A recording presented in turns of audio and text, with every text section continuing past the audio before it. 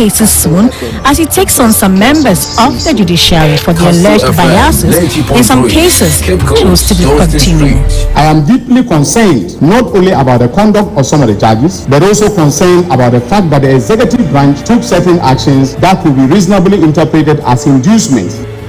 Also, a head special prosecutor must resign. That's the call from former director of the Ghana School of Law following his pursuit of former finance minister Ken Oforiatta. The special prosecutor should resign for embarrassing the whole nation. Also coming up, frustrated Kantamanto traders still reeling from the fire over a month ago are demanding the immediate release of 2.8 million cedis in relief funds to ease their suffering. I've lost 1.6 billion. We have seen that they have come to donate something. We have not received anything. And the World Bank raises concerns over Ghana's worsening public finances, warning the country's ballooning wage bill is squeezing funds for critical investment and growing unsustainably. The situation that Ghana faced didn't just emerge in 2022, and we need to put in place measures which can allow us to control and limit fiscal indiscipline. Daryl has the business headlines. Ghana rising energy sector debt dominates pre-budget discussions and engagements with visiting International Monetary Fund team. We've got details on the Joy Business Report. I am Hannah Odami. Thanks for choosing us. This is Joy News, independent, fearless and credible journalism. Thanks for staying with us. The Attorney General Dominic Ayene says his office will begin processes for the prosecution of persons implicated in the Operation Recover All Loots oral reports and other cases after a careful review of the reports available to his office. Briefing journalists on why he has dropped several high-case profile since assuming office, Dominic Ayene accused judges who presided over some of the cases he discontinued as being biased in allowing themselves to be induced by the executive arm of government to influence their judgment. The following report has more. The Attorney General said his office has begun reviewing the over 2,000 reports of alleged corruption-related offences submitted by the Oral Committee and will soon begin investigations and possible prosecution of the cases which have concrete evidence. In fact, we have started reviewing them. My able Deputy Attorney General designate, the Honorable Justice Mensah, has been tasked with reviewing the reports. We'll be having our first technical meeting on Friday, and if there are any low-hanging fruits, I am sure you'll see prosecutions taking place. Dominic Ayene expressed concerns over the judicial conduct in several high-profile criminal cases, highlighting instances of perceived bias, lack of fairness, and executive interference in the judiciary. Without meaning to impugn the integrity of any of the judges who were involved in the cases in respect of which I have either entered the Molo protocol or withdrawn the charges, I am deeply concerned not only about the conduct of some of the judges, but also concerned about the fact that the executive branch took certain actions that could be reasonably interpreted as inducements. The Attorney General cited political witch hunting and lack of substantial evidence as some of the reasons why he dropped several high-profile cases. That was a news desk report. Well, we stay on the Attorney General.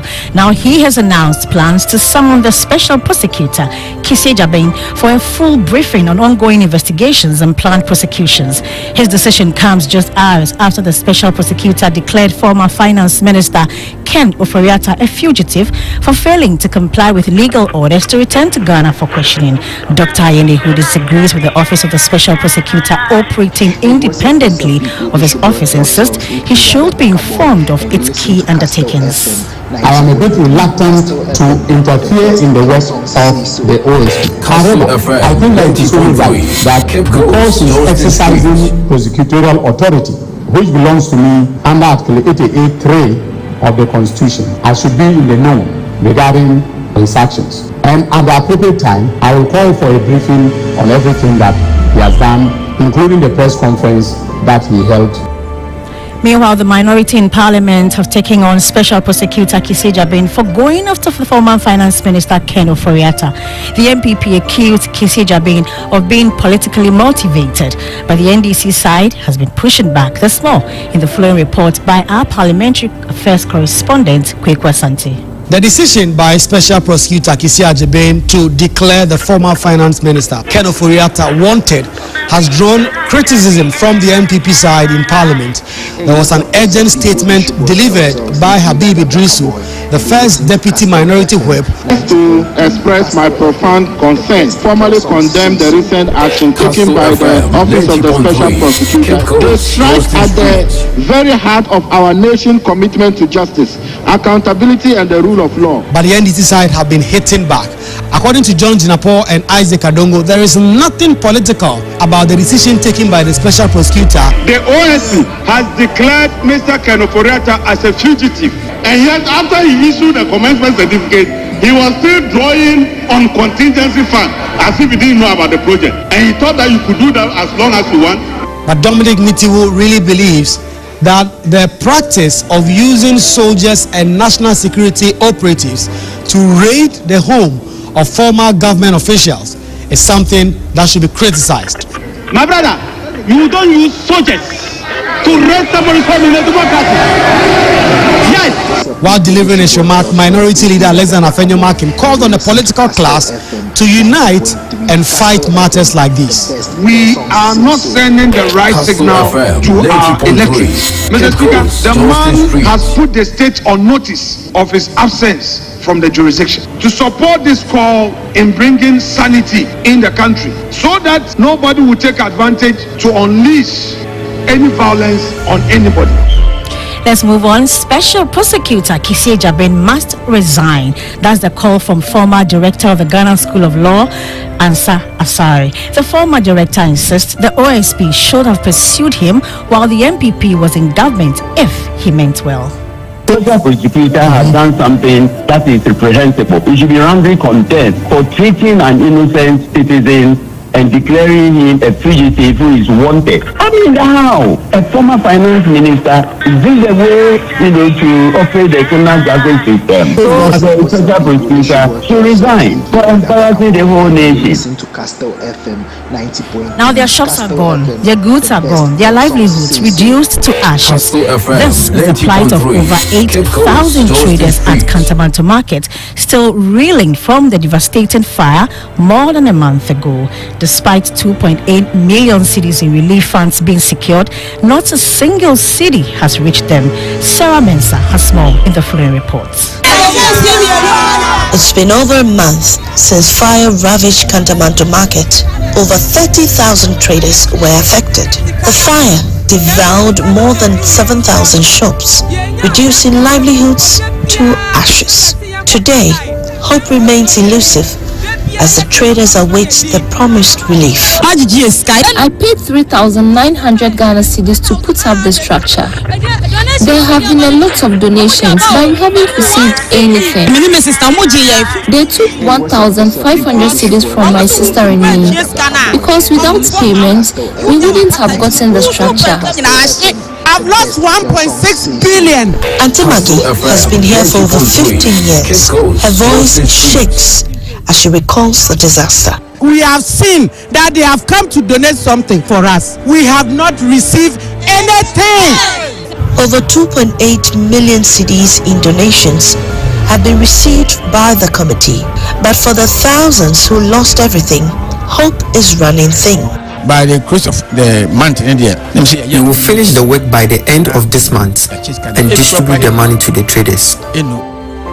Now, the World Bank has sounded the alarm over Ghana's troubling public finances, highlighting a rapidly growing wage bill that continues to consume a significant share of government revenue. Let's hear from senior economist at the World Bank, Tomaya Christine, advising that an independent fiscal council be set up to monitor and manage the country's fiscal space. The situation that Ghana faced didn't just emerge in 2022. Forces had been building, and we need to put in place measures which can allow us to control and limit fiscal indiscipline. Before we go, the Electoral Commission has announced a rerun of the Council of State elections for the Northeast and Ashanti regions.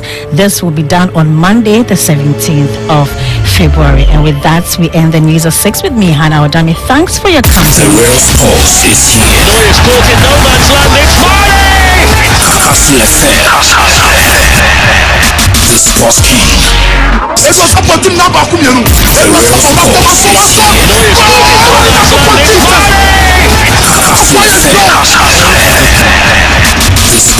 destroy everything. And now we can lose comfort. Now we can lose comfort. Takes it away for Great Britain. Coleman has already stormed out. He's going to give it to Curley down the back straight. The Italians are right up there as well. Jacobs has got it. Curley's got the back. So is Arnell Hughes, though. The big names down the back straight. Who's going to come out on top? The United States are still leading. Curley hands that off. Italy are right up there. Jamaica are there, and so are Great Britain. This is going to go all the way to the wire, but it is Noel Lowers on the last leg for Great Britain. Amudansi's got the baton for Britain. Italy are right up there. Noel Lowers is moving away. The Italians are coming through. It's going to be tight on the line. USA get the gold. Italy the silver. Jamaica the bronze. Mexico just might, you know. They really just might. Free kick of this World Cup. I'd be amazed if we see a better one than this. McKelly. Abubakar.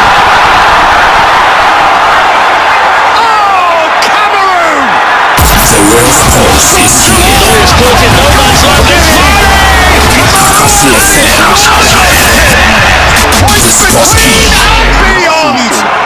Kastle FM 90.3. And celebrate a moment. And there's perhaps the greatest of them all. He has now played at 5 World Cups. He's scored at 4 of them. Today he meets Maradona game for World Cup game. The difference, of course, is that Maradona wore the medal that Messi is still missing. Messi, Fernandez, Di Maria, Lionel Messi. Messi's here! That's what they came for! The Magic Man! One more Messi moment!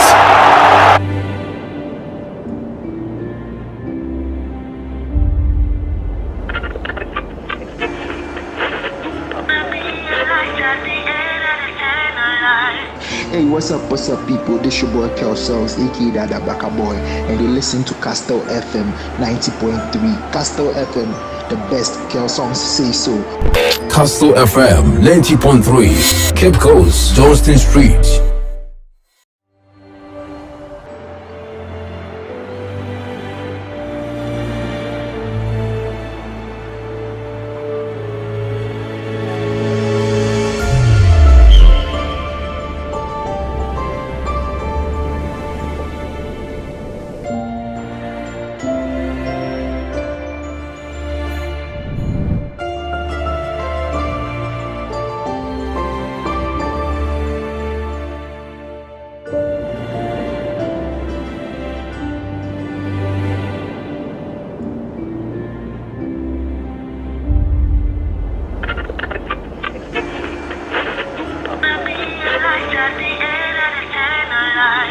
Hey, what's up, people? This your boy Kelsells, aka Dada Baka Boy, and you listen to Kastle FM 90.3. Kastle FM, the best Kel songs say so. Kastle FM 90.3. Cape Coast, Johnston Street.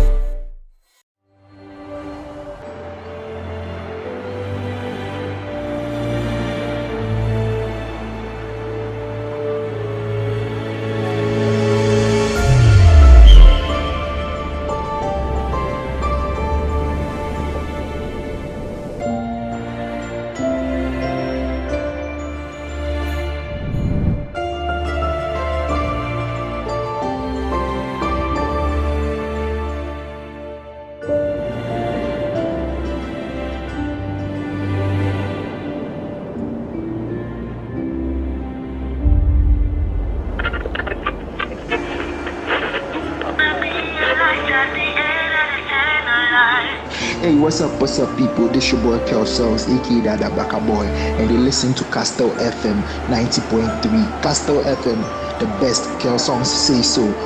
Kastle FM 90.3. Cape Coast, Johnston Street.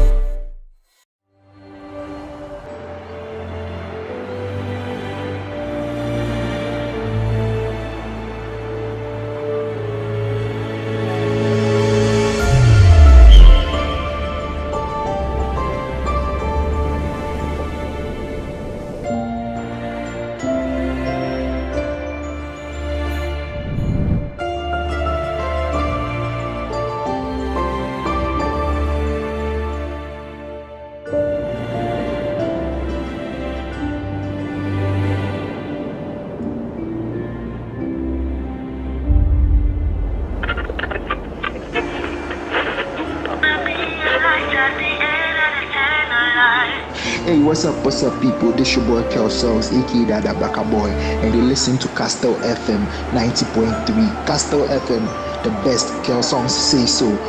Kastle FM 90.3, Cape Coast, Johnston Street.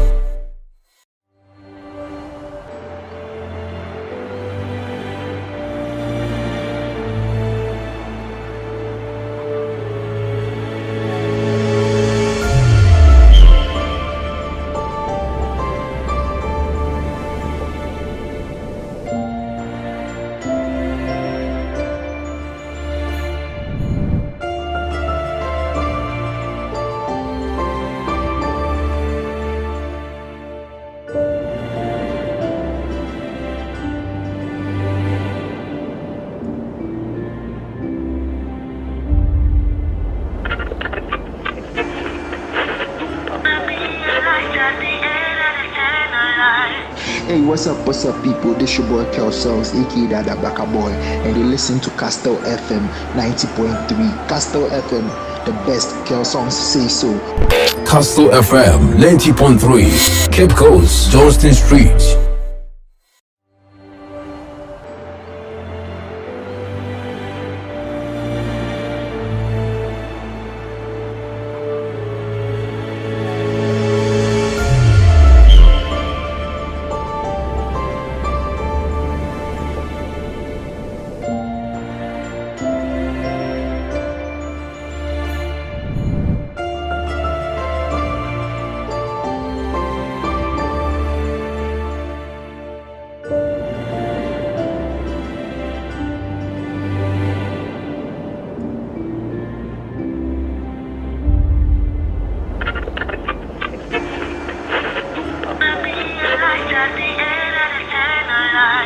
Hey, what's up, people? This your boy Kelsells, aka Dada Baka Boy, and you listen to Kastle FM 90.3. Kastle FM, the best Kel songs say so.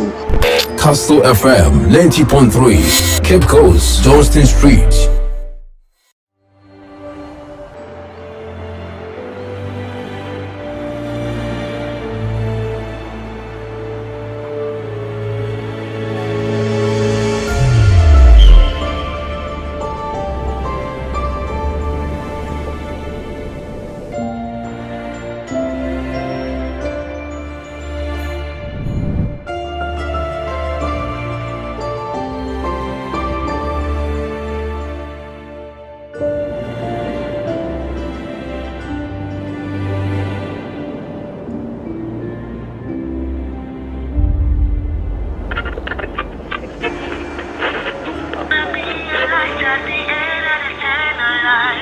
Hey, what's up, people? This your boy Kelsells, aka Dada Baka Boy, and you listen to Kastle FM 90.3. Kastle FM, the best Kel songs say so. Kastle FM 90.3, Cape Coast, Johnston Street.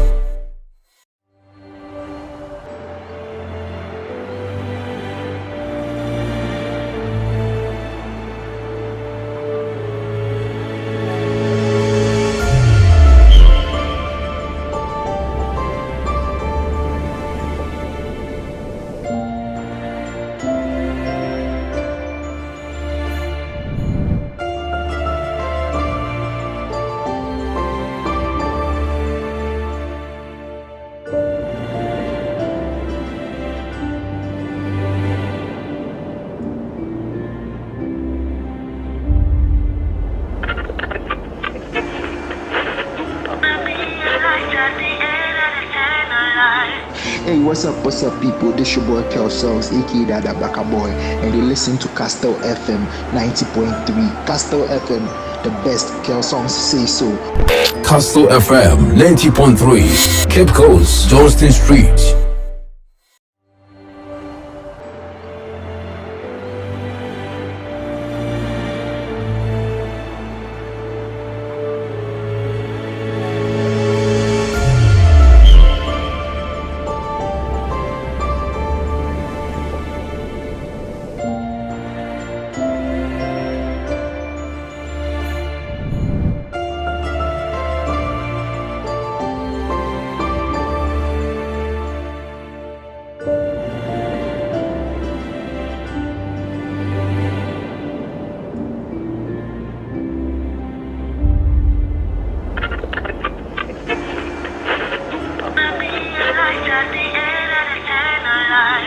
Hey, what's up, people? This your boy Kastle, aka Dada Baka Boy, and you listen to Kastle FM 90.3. Kastle FM, the best Kel songs say so. Kastle FM 90.3, Cape Coast, Johnston Street.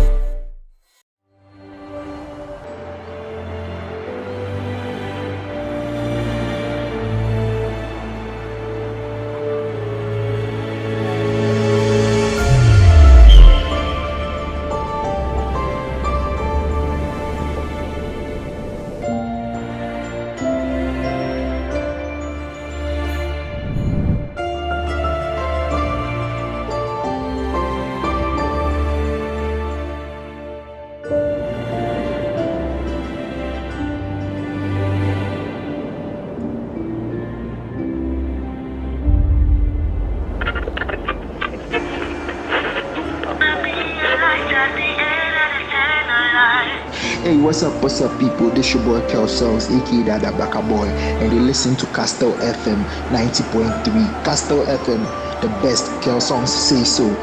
Kastle FM 90.3, Cape Coast, Johnston Street.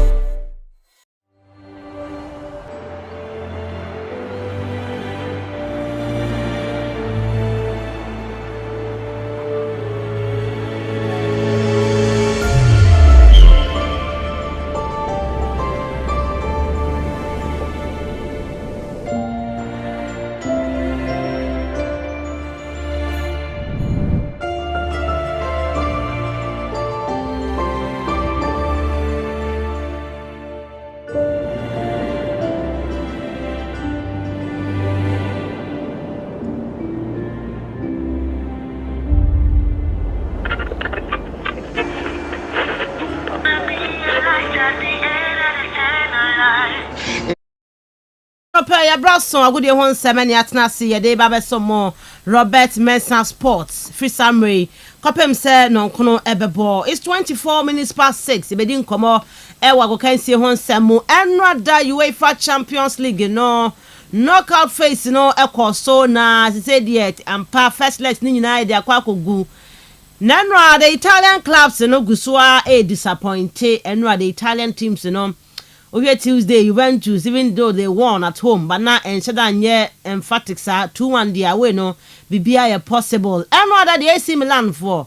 Woman Atlanta, winina da baya, but per the results it told ya and what no second leg no projections. Ebe say you bedin komo ewo jumedi no so na yet to media man from the UEFA Champions League. Ne musanso na ne to me say adia Europa League no so no knockout phase no so no 7 to say. Conference League knockout phase ne ho sem no so te say ni nyina no yede ebeba on the show yebe ramu ahwem eno Liverpool so outstanding game the Mensah derby ni todwa e wo the Goodison Park Liverpool for nyim so mawie o Liverpool wie 90 minutes na so the 5 minutes ato so ya bo awie referee Michael Oliver say me didn't Michael Oliver that be mu ni me te say me no me koji adomo ntino uye den a min nyamo bobo ya kopem say James Tarkowski eteka man ye 2-2 edema Everton team no ntendo Liverpool ntimi anyi game no but still 7 points and that money Arsenal that second in them. You better sound come on be on the show for you this and many more any ababo no a ye di frama no ne ye deba ye wi abeti asim ofie nya hwefisem no Robert Mensah Park. In say ben na within this week, ekos wo hontia. Fenama kwan sem next home gamer. UCC youngsters ebebono. Ohun betumi abonu wo ho. Nti esi ebe. Ebekwa ahoma so atwen komo wosa issue we ho. Ahwe.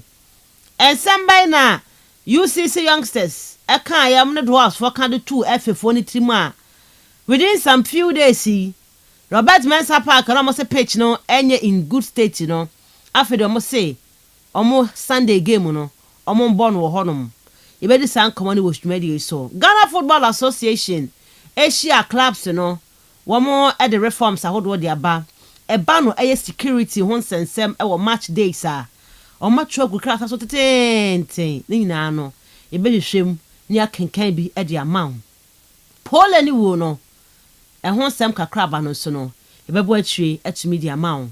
Any other interesting news from Yan Black Queens camp, of course, Samson and the sports minister no so kasaye pa ni na munsem no ye de bi e de ba e wo dwumadi so medin e de Miss Ruby Adams and pay make our Robert Mensah Sports on Kastle 90.3 FM and wasugusu awutie no ene the 13th day of February 2025 ene Thursday ene yawada. Yes, to me live on Facebook, join the show no ho like na share for comment bribe can kind the amount dey twa gu nyina no live on Facebook ya demo live tie no radio what tie voice ba ko Facebook a ubehu said ye tie nyina ho no pepepe enti bora mo Facebook see e show ni bi like na share for comment ne bra can kind the amount what text message and a WhatsApp message no 550244743 143 0244 743143 for message no efa ho bra Ebajebre akenkan nyina wodwumadi so near to me Eddie amount. The real sports is here. Noyes caught in no man's land. It's Marley! Kastle FM. The Sports King. Mida say son of pay wa fidie no Eda Kastle 90.3 FM. Now we hear Robert Mensah Sports no be. For messages nefa 0244 743 143 0244 743 143 enwa Liverpool for board draw no Arsenal for bi no mani achi Arsenal for no dey still am of him Safi Mikel Arteta Premier League no omo dia ti Liverpool for akobo draw dey ene je nko a ena asho mo afromu ma enwa Champions League games no hu no say amenya o message on 0244 743 143 0244 743 143 enche FKK betna say no dia kwa amanone sema do beba ni nyina no wo ho asem bi se bi wo ho adwentwe bi susu a obetumi e dia fast 0244 743 143 0244 743 143 for adwentwe bi afa hobra e beje back in kan nyina on the show and so to me e dia ma as that kase en confirm aboafo no betway bet saver offer no gusu a wo ho betway bet saver offer no egusu a wo ho ti ube beti a betway.com.gh ho na beko okọ beti ho no mo a o games na ekoso na bi ya ase no matches ni bi ya ase na ye be na sinchen na games aka na to me a continue enti de bi a catch us say even on multiple losses you can still get your bet back and more ni nyina no ye betway ho nko na benya we enti ube beti a betway na waso okọ beti na bet saver offer no exclusive to betway no entimi etwitwanyo na afi wunye sika ne bi ni unya bi di ya che rehopa unya enwa Liverpool fo enti ya wie kra last minute Liverpool fo oma Pascal de no Pascalin them Pascal everything why do you do that Anna slot no the slot for born ya boy wie Liverpool fo abodro as I did be a che, papa hardring. Ti bet saver offer, the best save bet na na games I cannot continue when you bet net to me edi. Inti bora mo hona fei, and wo need juma kai say o bet the responsible way. Bet we force get way more. Kivo 4-in-1 Gary Soakins nini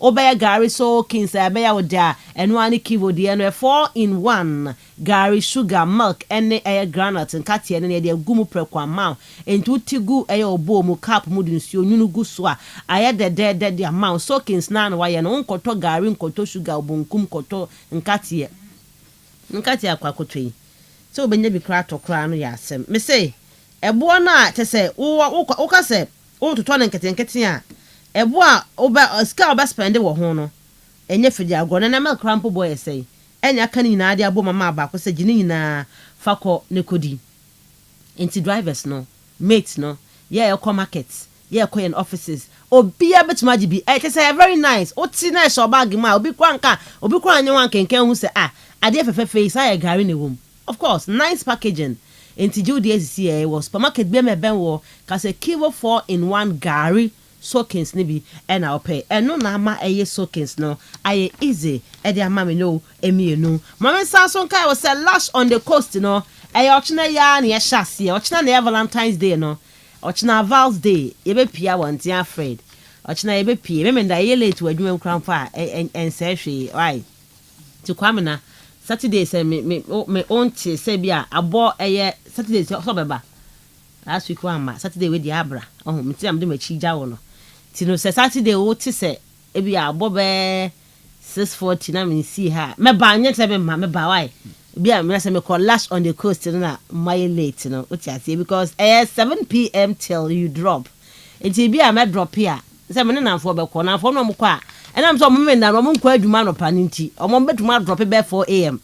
ti me di o ma chi say bia me drop 3 a.m. as say me die where ya be so na say no nsi abom me ompam ti me do ha say be 6:40 6:50 enti no ye call lash on the coast ochina ye Val's day baby abaya day ye share red ye dia ko na am bibia ye comment ye nko ade ne ochina no ye ni je nko live band music chochu karaoke ni nyina go say ni je pi beba so ye 300 cedis for double me say mo ye 2 na mo ba boys mo ye 2 maba girls 2 maba and a boy girl maba ye mfa ye ho no sister ono nuaba momra onu ya be ma momra na mo maji me onu kanchi me bi momra double they hear say mo ye 2 300 cedis onkwa na wo buy 200 cedis ma wine anom episode 7 p.m. till you drop here we are on Saturday no Valentine pool bash free for ladies and also no mijnem Sunday be ko chapel but so chapel so me sa contemporary ya asemo je say me de ahomate so de nko na ye me dan asese nzi chapel no ye wo de ye kono little tinke bia 9 no ka betuma ko ba me nko ma so ko chapel 7 a.m.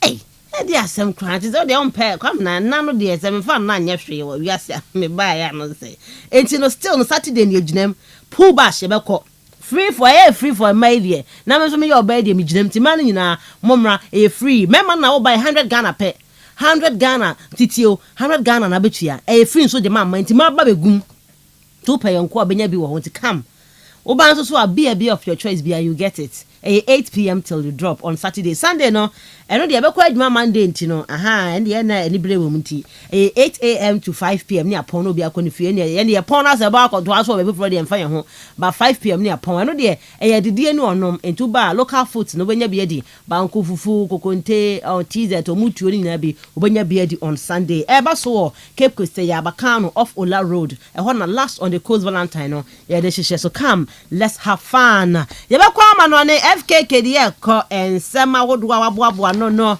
wo ba be boatry etumi e de amaye mamenya o message on 0244 743 143 0244 743 143 fa o message no e fa hobra meje braking kan nyina e wo dwumadi ne so etumi e de ama yes to me live also on Facebook join the show no ho like and share for comment bra e be kenkan e wo dwumadi ne so etumi e de ama no Bayern Munich you say no de no Osman me ehu ye oma it seems say oma qualify we ano no ene no mo she say be more no ma per the first leg no you can say oma qualify Madrid per the result in the first leg no oma qualify na second leg be possible but for Dortmund mo makwa we akwahye 3 no de azade ne de aye ya mo ano no PSG so akwa we akwahye 3 PSG ne Dortmund de omadu ho of course no Bayern so we need enti maybe almost do but AC Milan say ontumi fo ani to Milan so back mpo say AC o bobo Feyenoord one goal punch me say one kiti goal yeah Felix no Rafael ya mo Pulisic mo gugum couldn't score even one goal for investors to be happy. Alfred, we are not happy. Yes, I'm money parallel. We are not happy. AC Milan score one goal. Now insure the taxi driver. Akuman Tony Yem. Akuman whether man osun sa chicken crown osun or driver crown osun. Cause I'm farmer no, but ebe fa and there a day wo for no say ombema manya sika ni bi adi so ebe hwe some of the big games they told you with the Europa League ni mo no ye de be but Robert Mensah Park no edi ya na akoso ho ne mpanyifo say o maye no ana kan komsheni nti ase Robert Mensah Park ni enka no kwese is it in a good state ayede ebo division 1 league ma boss bo eye men hwe obi dia atete apansam hwe wo de no nka se kwame na friend say ne ho da so ne so ne form na da so ntino se me no me tiwa me so me form da ho a ense hwe bibi pa nye kata ho no so kata ne ho ti man show obi de ankasa obi de anye ntu so de na nye the issue is ade na nye kama you've been paying money on mabo games or but managing the pitch no pay for nya ho adwuma mamo you have to insist no mo nya ho adwuma because for the comfort of the players no just imagine unu abema na ebobo park so will you be happy we now say demand results gidi results amba na obuafu na kasa meanwhile you know say the picture omo eboso ball no enye papa but usori ana omo na do wadi bre akwakohye omo so all be kwam no ne aba na afi ensem at media to dwade ama The real sports is here. Boy is caught in no man's land. It's Marley! Kastle FM. The Sports King. I got experience, I got do everything too much. And the old man who want to challenge me, hey, I'm okay here. This is my national flag. I'm proud of it. And I'm proud of Africa. Oh, you know, man, I'm too bad, baby. Bad, baby. Everything too much. And the old man who want to challenge me, hey, I'm okay here. This is my national flag. I'm proud of it. And I'm proud of Africa. Oh, you know, man, I'm too bad, baby. Bad, baby. The real sports is here. Boy is caught in no man's land. It's Marley! Kastle FM. The Sports King. Kastle 90.3 FM to the Robert Mensah Sports and there's someone it's 38 minutes past 6 FKK dia kwama no ne mamenya on message on 0244 743143 0244 743143 for message ne fa hobra meje bracken kan nyina on the show for you FKK good morning. Good morning. Yes, I could pardon very fine. The radiasi, oh sure, Michelle. Young common on Imra, young comrade quickly. We have a common on it now, no pay as you see some sweat media amount Kastle 90.3. Robert Mensah Sports. Now, you're live on Facebook to be joining show now. They will comment at the about we are share now for friends who intimate any Jumedi be so and share. We App Store, Play Store now. Download the Kastle and app and so now and also sweaty media free honor. You be Ramo now. UEFA Champions League and Urama second day games eba so we playoff phase and I yet me Eddie Abreu Tuesday be by Enra Wednesday so 4 games na kan so mo so etimi eyi efri honum na Everton etna fi Goodison Park and Liverpool so eba outstanding Premier League game na e wo hono enso omo eyi efri ho nsem eye bebre a ni nyina na yetimi Eddie Abreu nti e be sha se na afi die free sa Premier League game no Everton tena Goodison Park and Liverpool ebo 2-2 said the Arsenal for Christian no sa no mo site me Eddie aka enso Eddie amom abranti e friend no Beto eto atene di kan sanso ena kokopemu James Tarkowski enso ete kano Eddie Ebuama Everton ebo 2-2 wabra na ya Alexis McAllister abo 16-minute goal sanso na Mohamed Salah 73rd minute ono so abo second goal Eddie ama Liverpool bobo kono na dia red card epiepie Liverpool for no enya 2 Curtis Jones okokoje ana slot coach Edema Liverpool ono so Eddie red card wabra na game no enso abawie ya altercation enso ekokopie ye ewo honom Curtis Jones the Corey na nam baby so kandio na so to share no so Yes, and putting Pomodi Bo, my Quinty Abdullah, the Corey, on also edge red card at the Emma Everton, Bobo Quinty, Messi side derby, say Anikum, Ntia and Radian and Sayada, and ye exceptional on young court Champions League no na yen share Club Brugge, and Ramoso Etnefi Eshe Academy no Atlanta, or more etimi etimo Bako, Arantia friend Judgla, or bo first goal, Edema Club Brugge, Upiema Passalich, etm, at the Emma Atlanta, Nelson Omueno, na Nielsen.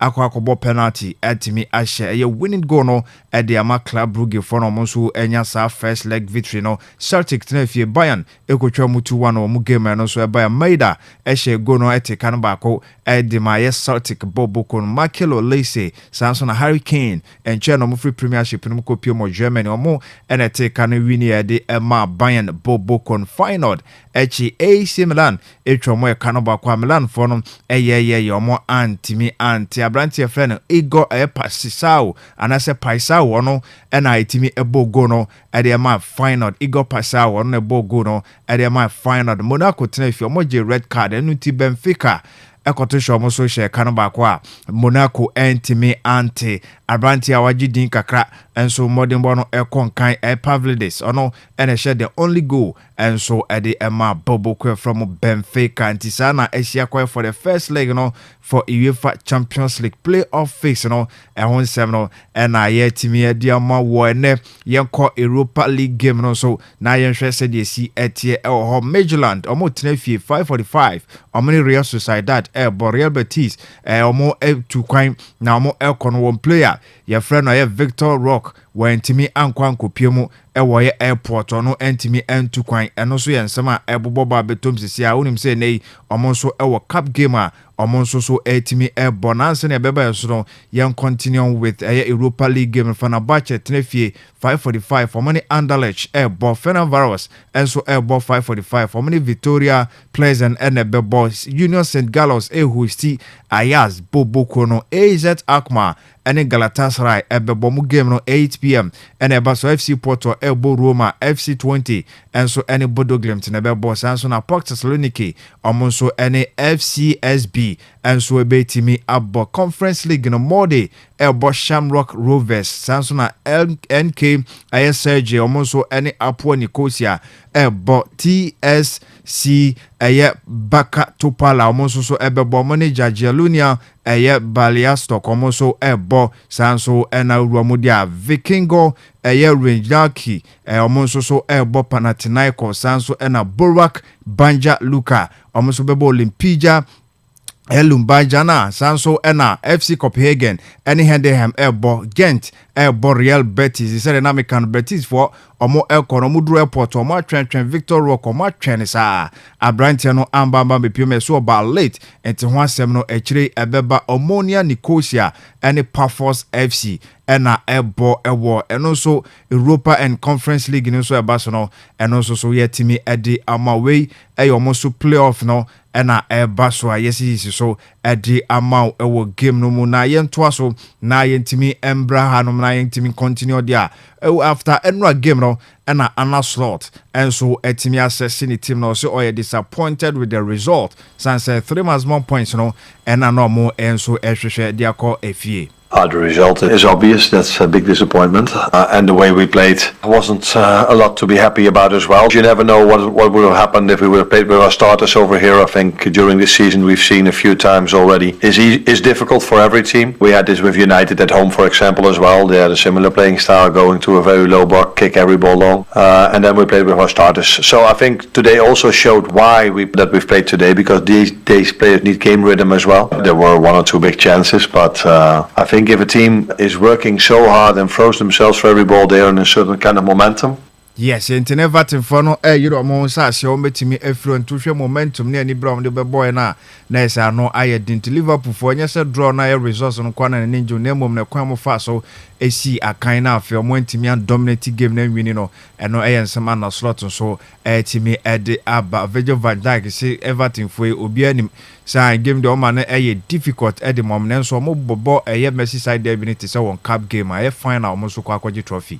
What did they do to make it so difficult for you out there? I think they do the same things that they always do. They're very direct, fight for the first ball, second ball, and obviously we all know that this is their cup final, and they will try to do everything in their power to make it difficult and try and win from us. And we've seen it last year how difficult they made it, and this year you see them scoring in the end. You know, it's obviously a big boost for them, but it's a blow for us.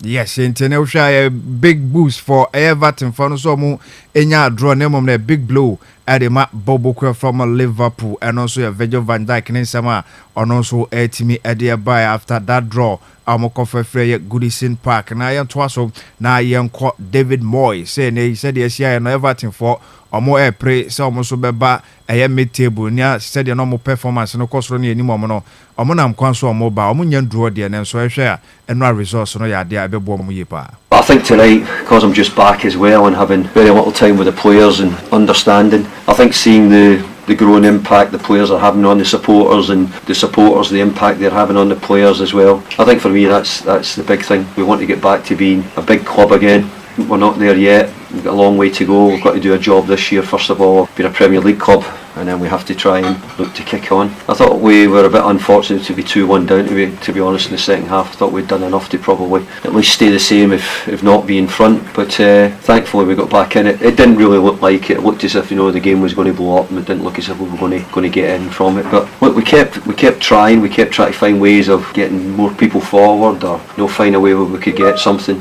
And in football it doesn't happen that often, but it did tonight.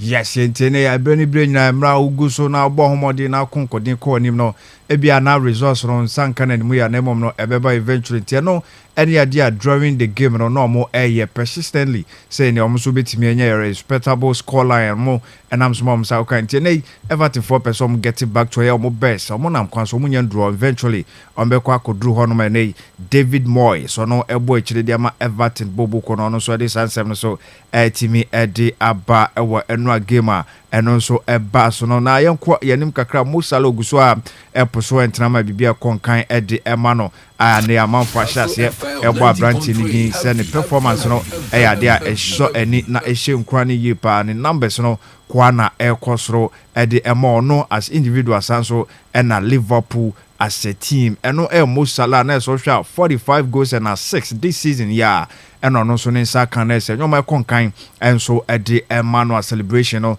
na anodi ye papa na akopiem so wo Chelsea wonom yentwan fam radia Nicholas Jackson yeso akwakonya injury nei April early April eno no so betimi return abesi akan edi ama Chelsea Football Club eno so nsema branch no after say ne omo koye no empo ni surgery no ewie no odin sama timidi abasa time and silence emraso so no ankasa man hombre na afei oyekom se de beya ne rehab no so betimi take place na watimi aban tem no nsema branch no enso etimi ede ebae after the game no Virgil van Dijk ne nsem no ensi ho a odin nsem to aso say after the game no bopna referee no ene ne kwetwetwen komo kakra se referee game dey say the OCD 50-50 game bia no na ese anase 50-50 empofa obia no ojema Everton foi ase na o support omododo de kutia no so no na waje tiaye de komaye no onje emaye na no yensom so okokan no onye obi a o complain bebre ne mom no after enra game ni de okobo na adwen kakra e de kire referee no so e de sansem no so etimi edi giant to sharp Liverpool after say omonso etimi ekonya draw no point pe eno munya kan 56 no tie say 57 eno omo aba 7 points between omo and Arsenal omo ewo 15 tisa ena in Premier League no after say Liverpool omo bo omo match day 24 and also omo abom 24 games nyina no outstanding every one no akwa yade sansem no so etimi ede amount ewo dwumadie no so on Kastle 90.3 FM yenko yenu kakra na yenhwe enyoma hodo a no so efiri mo eba na David Moyes after say no board draw na omo akwakofa any resource na ba 1-0 Everton yes Aston Villa ekokoshe na ochi Tottenham etwa no 3-2 sanso na okoya kwa we ekoko wini ye over Brighton and Hove Albion 1-0 oba betena fie Leicester City etwa mo empo ekane 9 a omo ntimi antibi no ne Liverpool abo 220 nei amanfo se papa no buy na dwuma edition nsa no ono a na oye no na yenko UEFA Champions League nominees for best player of the week no de tie Abanti from Shehu Grassi ono aborum osiakan ede ema Borussia Dortmund Vinicius Junior Real Madrid ndin ewomu sanso ena kokopiom de Abanti from Passau ono so ewo final wopiemu ewo ho sanso ena Pavlidis Benfica wemu 4 players are UEFA one penny for one technical team no anominate omo say ne omo nto omo so aba na afedo obewini no omo etimi abona baso bad news na eguso a flow esone ewo Arsenal one camp Abranti Efrene Takehiro Tomiyasu yeso no so ne fitness no issues ewo ho na yesi wantimi ensi akan ni manimu ya emfama Arsenal boboko no ntene yesi second knee operation and Abranti no yesi warranted se wo so okọ na okokoye se no ho betimi atoni dia se o sa akoye sa knee surgery no fei na ne ho to na wasaba aba besia kan dia ma Arsenal ntene after se okokopie ma Kai Havertz eba beto dwa se ono so akwa ontimi si akan fama Arsenal ni manimu ya no Tomiyasu nso de ababa ba pie so yedi kan ka kire se Kai Havertz wo pra a ne de no torn hamstring eno training grounds mpo no sessions no and Abrante no kopeke sa injury ntu kokohwem dia Arsenal for out front no amanfo se emu ayemre sanse otu ani hwe ho a Raheem Sterling ena ejina ho sanso ena Abrante ketwe Skelly ono so eni nan mobi ebim krampo de ye Ethan so aka ho ena Abrante friend Leandro Trossard enti wemu Arsenal attackers a remaining games account to say Kai Havertz mo beba no Gabriel Jesus mo beba no omo a ene bebo enso de ma Arsenal bobo kon Jesse Lingard en Ryan na nam social media na ekopie so se de akwakoto X na Instagram so na eda ho na ko Facebook so de ato say not happy with that comment eno ensema otime de ba de commenter na ne emra ohonom no na amanfo ekoka say ono Pogba ena Marcus Rashford ene ono so eba besi no so no sankofui ena Manchester United omo emboa ema enwoma enkonkan emfa mo de koto please explain how me Paul and Marcus destroyed Manchester United eno ensema ode ba ode culture ena so o say beden obisao say eba ne say ena sisi sankofui ni ho ono ena Pogba ono Jesse Lingard Pogba Marcus Rashford ekoba say no mo ena Manchester United culture no omo ena say no eno ensama ono so etimi ediaba odi ekokoto ho eno so yebo akire diama na say players na man for feel say United omo na emboa emenyoman konkan no kakra Pogba de wa free ho da kopiem po Juve ena enei ne ho nsem bebre pra sanso ena okoify fansem enrobi a man e doping for no enso eso on the perchi se so no efro Jesse Lingard so de wa free ho da se say Marcus Rashford so na Aston Villa no bisa o so mo culture no sa players yi ebesi na still omo a ena ase na Kylian Mbappe so yese on na Madrid camp ho ena always we go omo asum sa Brantia na ye friend na ye William Saliba no obi ehunu ni mbo ni boy established ye be ya Madrid for enko Arsenal honom konkofa no Brantia yese Madrid fa hyase edi san komo na mom yese Arsenal for utieti omo so a no for the summer enye den a summer ikwawie a omo enton Brantia na bia fi 2026 wo kono ene bia so mbeton no kwa de a eno so nsema efiri ho no ba eno so yesi eschire so etimi ediamao ewo dwumadie no so on Kastle 90.3 FM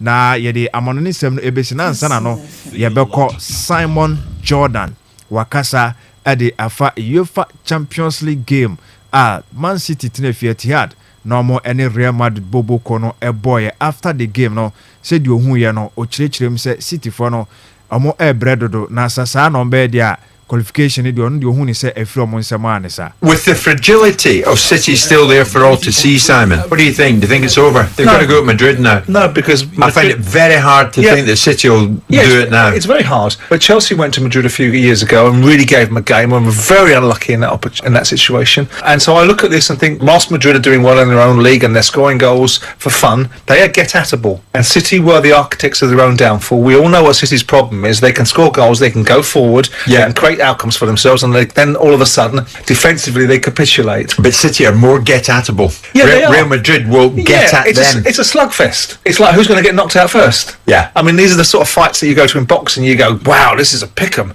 Yeah, of course, now that Madrid have gotten themselves in that 5 or 6 minute period where the game's pivoted and changed into Real Madrid's direction. I mean, to be fair, Madrid had opportunities early in this game to make sure that they were out of sight anyway. Sure. But City also should have seen it through. So you go to Madrid, you go to those circumstances, you put in the Catalonian effect with Pep Guardiola, you put in the fact that everyone's writing them off, and you can see in your mind's eye, not in this current Man City form, that a result could be forthcoming. Again, I think it's unlikely, but we can but hope, because we want the British teams. In fact, we do it all the time, 15 times European champions, we all know. It's a different City now, though. Simon, he says, well, I know, we're imploding. Manchester City are imploding. But he's not really saying how he's going to fix it. How are they going to fix it? I mean, against Real Madrid, you don't have the same sort of outlook as you do when they're getting beaten by other sides. The Arsenal result is the Arsenal result. And the other games, you look at them and go, well, this is not not. City can get beaten by Real Madrid at any given time. Any time in the last 5 years where they've dominated English football, they are susceptible to being beaten by a side like Real Madrid. Because Real Madrid are no elite football club. Madrid might not be the Madrid of recent years, but they're still top of their league. Sure. And they're still a force. Yeah. So the lack of stability in a situation against Madrid is that Madrid will ask you these questions because they've got the players to hurt you in the manner that they did. Yeah, and no, and Sama Jordan. A kind about your City in Madrid game. They said, "You see a quiet no, we should City for more season." And no, my agent said, "No more." Say, "Gidi kakra say City bet me ako now more ako tene situation now more team anya qualification." Wom say difficult heading. Osha last 2 seasons, last season be a trouble. Or say Chelsea for ko money. I didn't so one foul. Enti eno so ensema Samuel Jordan enso etimi e de buy e wo mu say na Osha baby a City ni na nam clubs bi o mo show mo no say Madrid show mo a Madrid with some quality any class or more Champions League so more Asia City and said that any big news to be brave and also and some of kind of found no see any around now your friend Jude Bellingham no we share after Euros now the performance no personally on Jordan no nani anje ho nenso no ofiri ho ba no team na obo your friend Real Madrid intini a sign year and I say in fear no di Madrid who be wom no mkokofa na wo so no ankasa no optimity na for team performing our games so team de Madrid with the prerequisite amount of desire that seemed to put him in a situation where he got in front of the defender, which I mean maybe it's easy for me to question about the motivations. I'm pretty sure that everyone was motivated. Yeah, there's no doubt. I mean, no one doubts Jude Bellingham. I didn't overly appreciate some of his ridiculousness last year in the Euros where it became self-indulgent, but they all did a little bit because they all felt that was the way they needed to operate. But you don't get to Real Madrid at 20 years of age without being something special. Yes, it's game a bus with Tuesday, you know.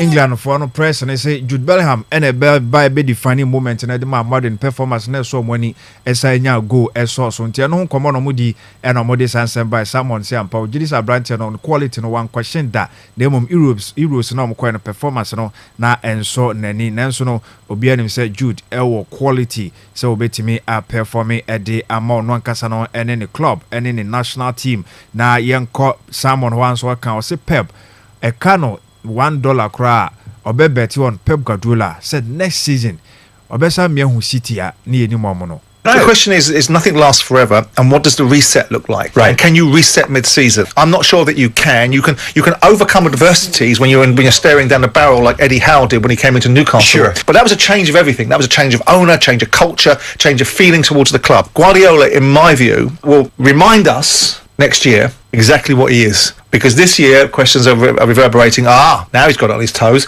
Let's see what he's all about. Because he's always walked into the best clubs with the best players. Yeah. You know, whether that be Barcelona, whether that be Bayern Munich, now whether it be Man City, he's been given an embarrassment of riches, and he's always had that. So now we've got to see the first real rebuild of a Man City side. And I would put money on Guardiola to be back at the fore next season. This season, I think, is gone, and the Champions League will probably go with Madrid, and they'll probably get knocked out of the FA Cup.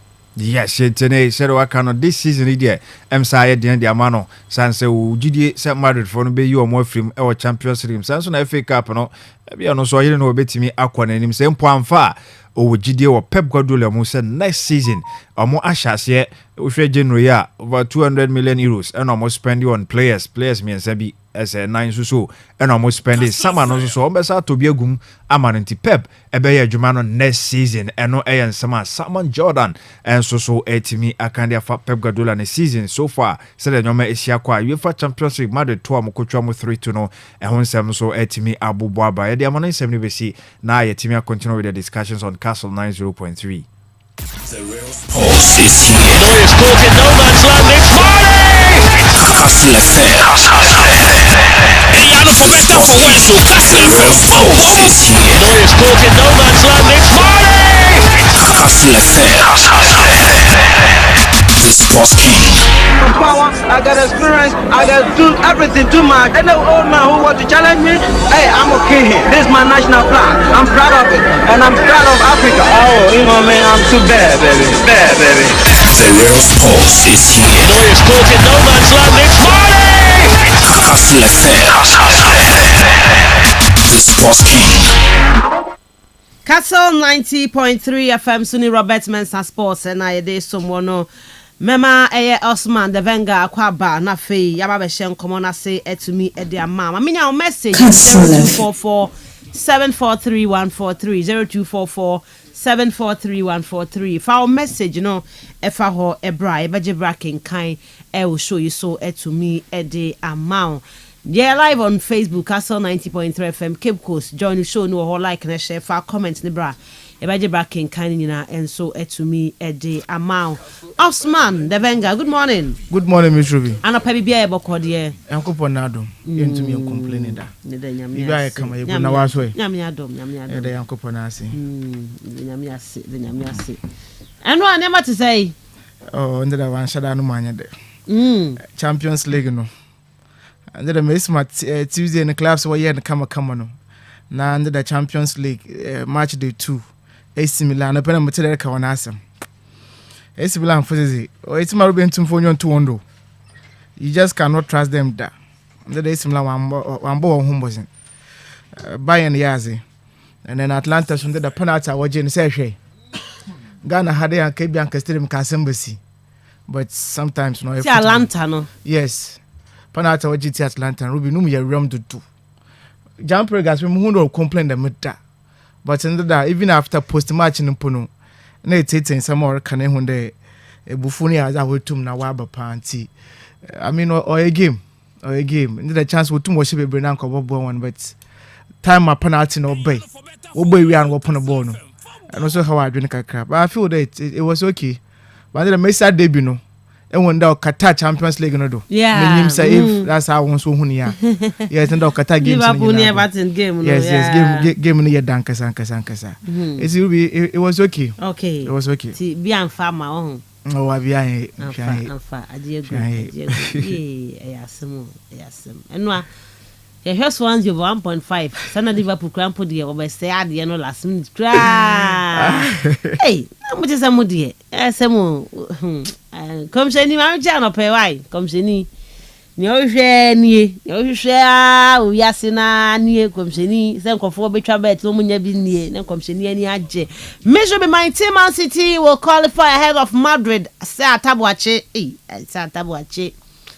GDS song ankasa GD ni modu pa mama nyi we fan for them and which page I don't know abusia draws training page measure the amount as a Khalifa maybe sad draws for now be training number to me at the amaye. My name is Prospito. I'm listening to live. Please greet my friends for me, Caleb and Elvis.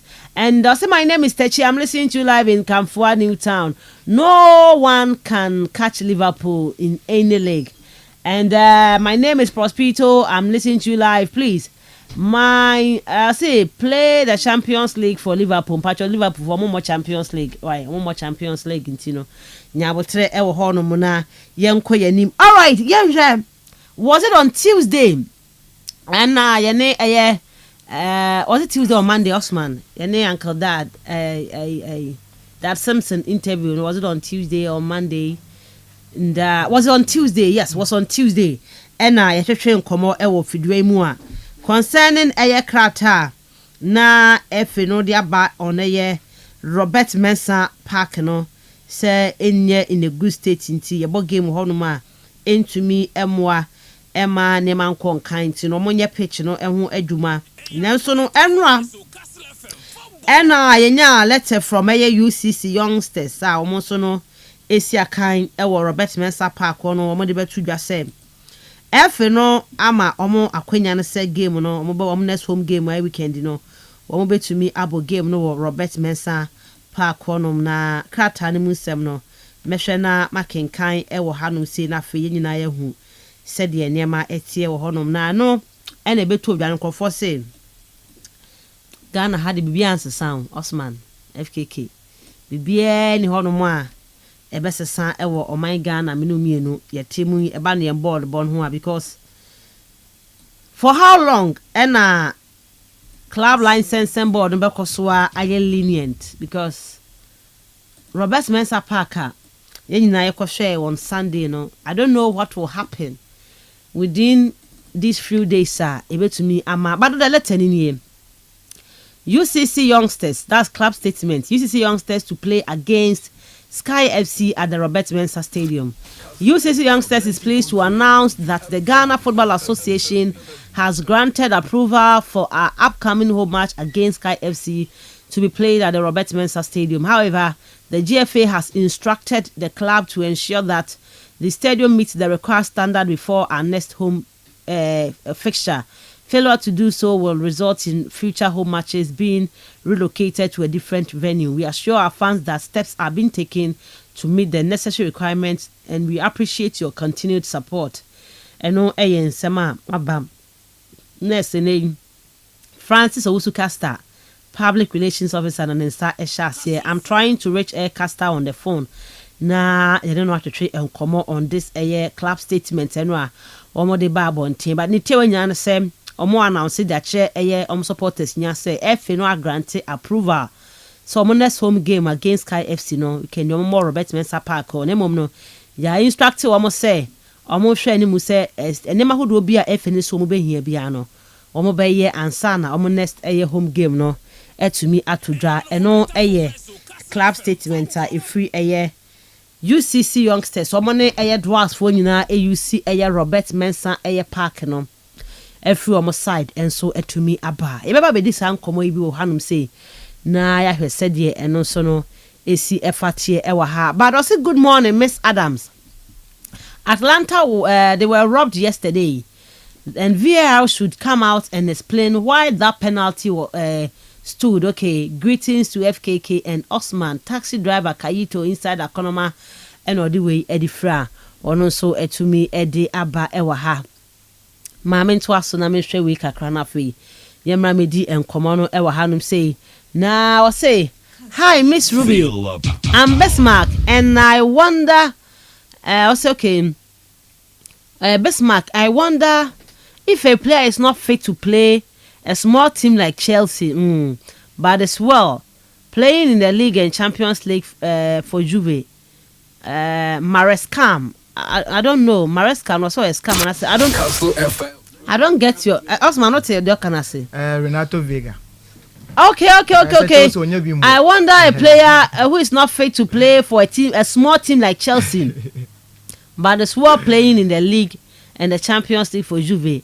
Marescam. And now also so the way at the abanintin Vega no and I just say also tia ya ho David sa now there was na say emu rem 3 na me hu na there was and the base na bomu kaka there was in there and say na nkoye ma kra ze obi awia osika na na Aguero asam no wa ye hu adwuma Sergio Kun Aguero so ka so obetwitwa na yato en ntɔhwe ato fom say Man City etumi Manchester City a best we twa and then as akwayo okay say NPP loser womburu wonkuni also a political talk sir and we so oye political talk e font to baby sir so who that go twa bibia ato o say menim sofo bi 2006 World Cup no 206.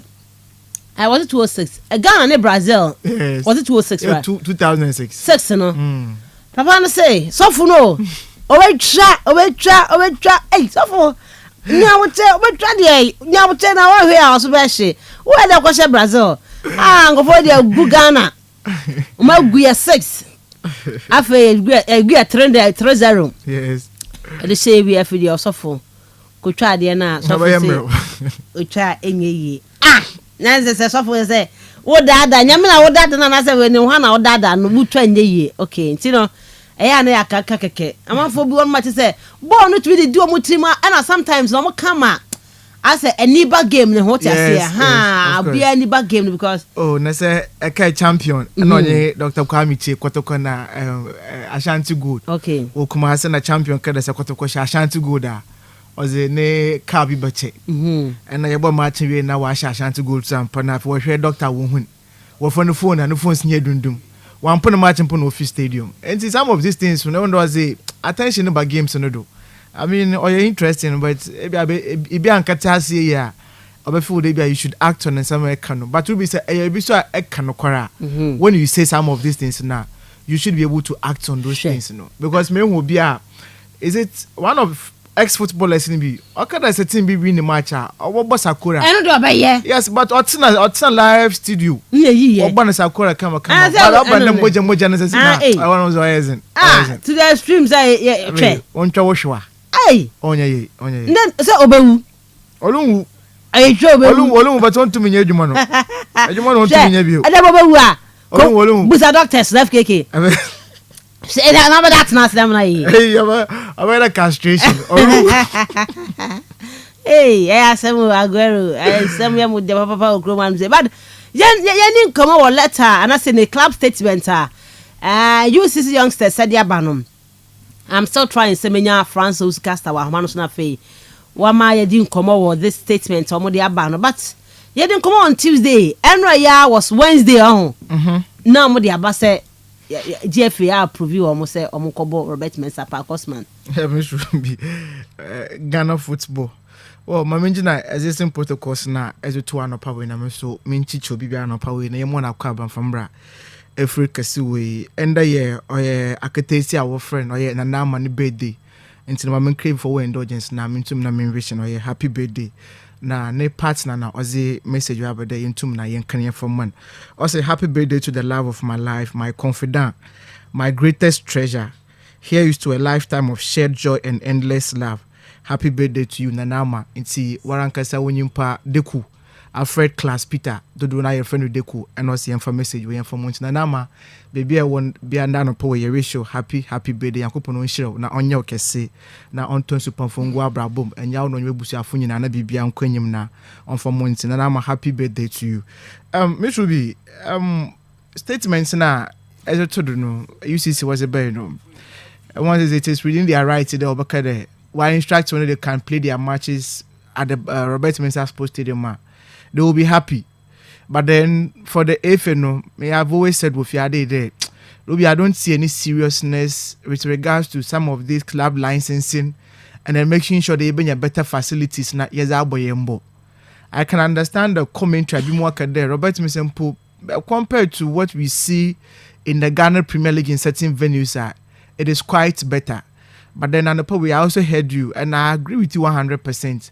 The fact that it will be on your knees, no, doesn't mean that I was no man ye. And I say, I can't one ye now. We are not talking in relations to mysterious Ebusuan drafts. Facility no on your ones on your UCC for ones or your NSA managed facility into your abandoned facility. And they say it's no chroma hade, Ghana hade, and American one sem no. That's a Tamalebenya problem. Aban would put in every effort today. Onko sesi. Baba Yara Ohinijan Egba Cape Coast Stadium. Na Robert Mensah so okan won ye NSA facility I will manage your honum. Na it looks as if the honor says ya to na adwenem. Yen kasa wona say yen fa nyahwe, especially knowing perfectly there. More than 3 clubs and I will use was it but 1 matches. Into mobile biazi every weekend biano at least 2 games okodu or ye Cape Coast hadi.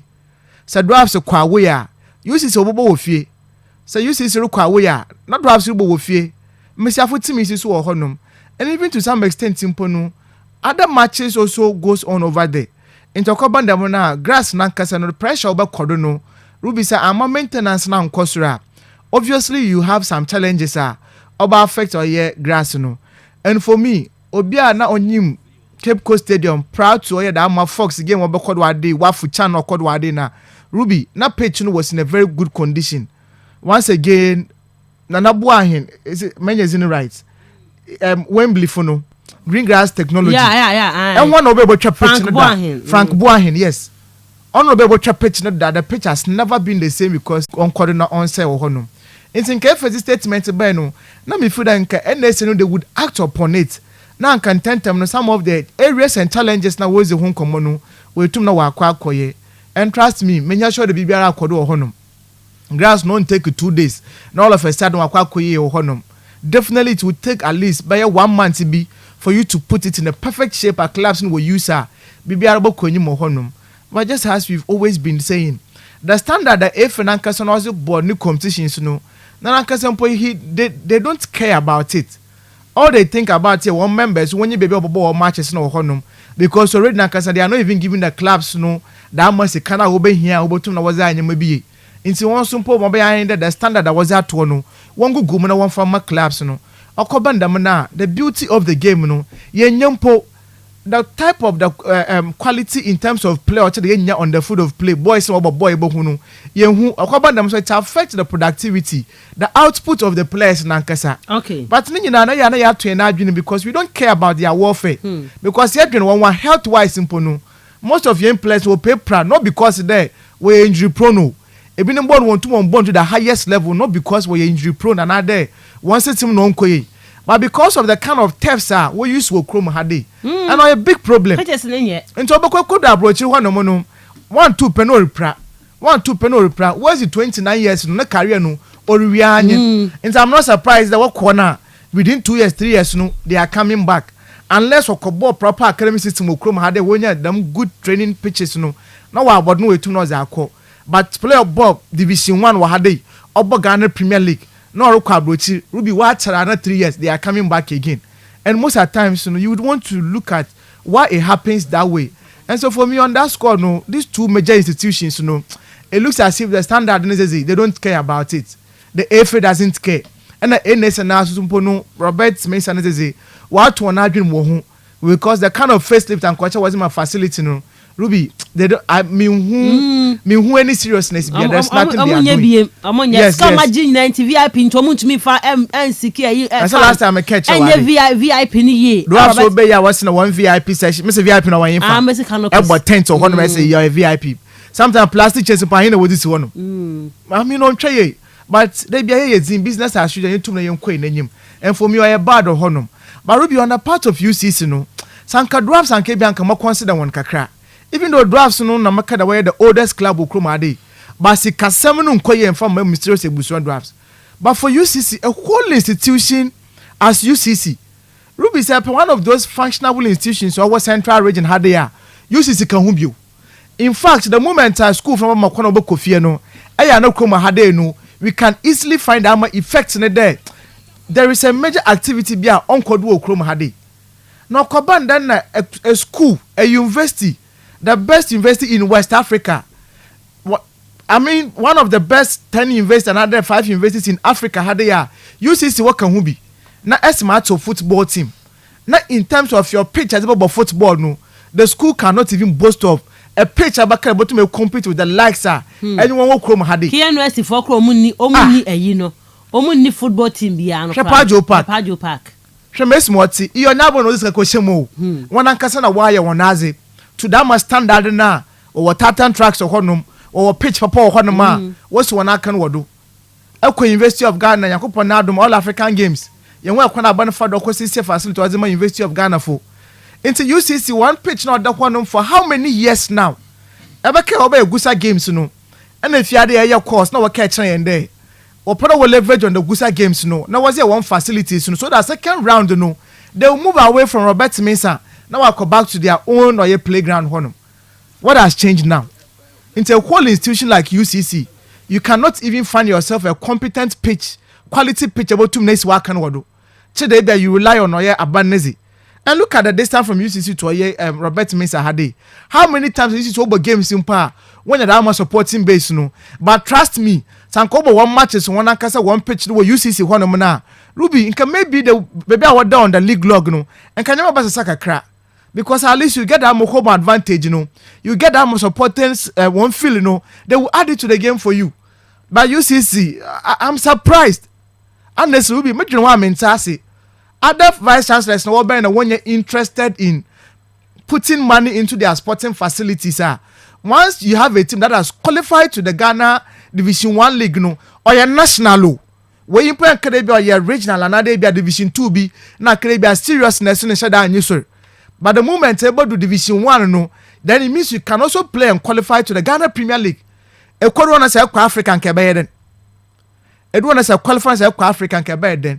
Now you are playing a professional league unless they want to tell us there league now what fun there it is just one of those leagues be a but so I the should be released for change them seriousness now. Was it about Division 1 me I don't really see it. Okay. Because urban academics, urban one first cancer research, one for this maybe 1 year you be a uncofa what to quite conferences na di. Sa vice chancellor come seminary to form. Now within by 6 months impo bia na yentum na yenkoye natural grass no but yembo yembo na yen low astroturf apopani bimpo yenye inner perimeter wo all side to hono na Ruby they can easily do it within 3 months because they have the funds and obotum na obaye but we je team no ajejem and anytime bia no coaches in they will be struggling because Narabo Cape Coast are they Robert Mensah, almost all the clubs in Young every season they are coming here. So they know the pitch, they know the terrain. Into all from away in Pona or your home away from home because they know the environment, more than the UCC for But it's just one of those things now. Sometimes not Kodono. Into Miss Ruby, in as much as I feel that the NSA and then Ghana Football Association want your serious entities, me feel that UCC to must also back can be because one watch it. Sankawanka facility able to my ye. Which the staff are to maintain no facility no. Besides on March day so na ye bejiska revenue ya no kobako na nchen. It will come back to you. Na ketum na ko nyim. But the way they are doing their things no. I there yenye bi da ma yenso po yen participate. We na say ya come fine. Ye film so a yen kwai nanyim. And that is what for me I'm seeing it. It is quite okay but mo besi bia no this is our attitude. Dem na Ghana for ya there. We are not serious when it comes to your delay down procedure to yen na yen follower. Only Monday yana letter bad dwarfs ne UCC for nsem say Robert Mensah turf no. Enye in a good state. Bobo wo eyeye. Enro awuku adaya no. Omo se o ma approve am omo se next home game omo nkobo ho nom. Na emom no mfa eye measures no entutu akwam nya saade a omo subsequent matches no ye mamo mo ho nom. FKK. Was it really about the pitch? Of course. Oh, the uncle that didn't come on the pitch an issue na. And yes, I may dispute say and I saw one cancer. Me na me bisa me say such what don't make me atro. But was it really about it? Okay. And I say no person mu take action being no baba be shame. Okay, because within 3 days he there said the engineer has who the nature of the pitch and me sure say a bear ready. So they no quite cancel my bear ready. So mu betimi use and I say bear fit for a purpose as some more words no motor use no. And also make time raise this question a concern say UCC yon says bondi so the dwarfs on kwana a case study emfa because obviously dwarf somebody this week wo home obe kontisen kono nko na use the abeka say within 2 weeks no space no so ba ebia obviously Monday, Tuesday, Wednesday ebia on be training was ebia ka Friday si kombenya some few days be let's say 10 11 12 days be at media cross which ebia can obetime be kakra bad say another team wo hon ma UCC yourself so use that same venue ne there me na me hu ni say sansam no mo kan na mu yedu sa de mame clearly eno na yi no ho wa no say we Robert Mensah Parker say okay say Cape Coast Sports Stadium so mu siesie so nti ano so mu ntimi yusu e ma ne nye say sare na gise bia come do mo call AstroTurf so wa yi o your friend say Mankasim bibisa nti clearly they are no more can me they na me hu ni say yi hu bia yes na e betimi afa also na nyante because changes bi beba omode sa charge ne ba na no oseka ehim eka se bia team a obebo ni home game no that within that space of time na no ebi ono so no essence enye fit for purpose no ntino ye you ono ede na kwa ha anasa ye catch om so monkosi om aka no se de be ya ombetimi asiesie page no so okay mom said they should find an alternative venue which alternative na wahi my real that if not that they be mpa no mpeso mo kire they be mpa no so say ya da sorry sa dia mo say enye fit for purpose omo ntimi nyusu mane nye ye enti mo mpo so mbe mo abo mo next game kura wo so a jese ye den omo kwa away ne ba no mo eba be hwe ansa no mo kwan say mpo mo next game no mbe bo so omo abo enti na etwetwe aso kakra enti na enye bibi hu bia serious bia enti do us go and come omo next game no home game no they will be playing of baba Robert Mensah Park BBN who ebesi ntina it is ohun say omo bo ahun ombo na pitch ni omo enya pitch ni ho asem no mpeso omo kan na pitch mo kokohwe ye kohwe na ti say na nye enti na enya no Sunday no boy Monday Tuesday Wednesday na Thursday Friday, the Francis Saturday, say Sunday, cramp on a UCC airbar. That time, no, yen him. Omogu ombegu sunso amana yo okay ana. Say Sunday umbekwa here and amonko. Ebeko. Yes, it's mokoba mo de ho asem baba. It's why ana amanfo ka say wo hwe nso atremind dia no cramp na mo ma kwan mo boy no so kwa na etwa man ba TV. Amone eye kotokoye bo na ye big game. No cramp no omugya mo boy. Why eye Robert Mensah Park and me catch say Coach Willie Efrey kekan say see can cry and can cry say ye pitches in there most of them no enye anke ni kwan say kai makwan say games enkoso official games enkoso so they no cry kan which including Robert Mensah Park as a kem there ho okekan kan other venues so mo tu kwan kosi akan wo so a pitch na enye papa a no ankasa raise concerns about. And they say if says a bibia banas a club licensing board, Motimi Eddie Monier Sibiso Akasewe, Yamano and continue on Yajuma. So Empo Ubakaya, Uzembra season Baba Shasiano, among member the likes of Samates, Gold Stars, in Swatman for no move, Nations FC, no move, but over Baba Yara, across Sports Stadium, and now in Legon Park in Ekampo. If Udi emphasize to ye, na you can't.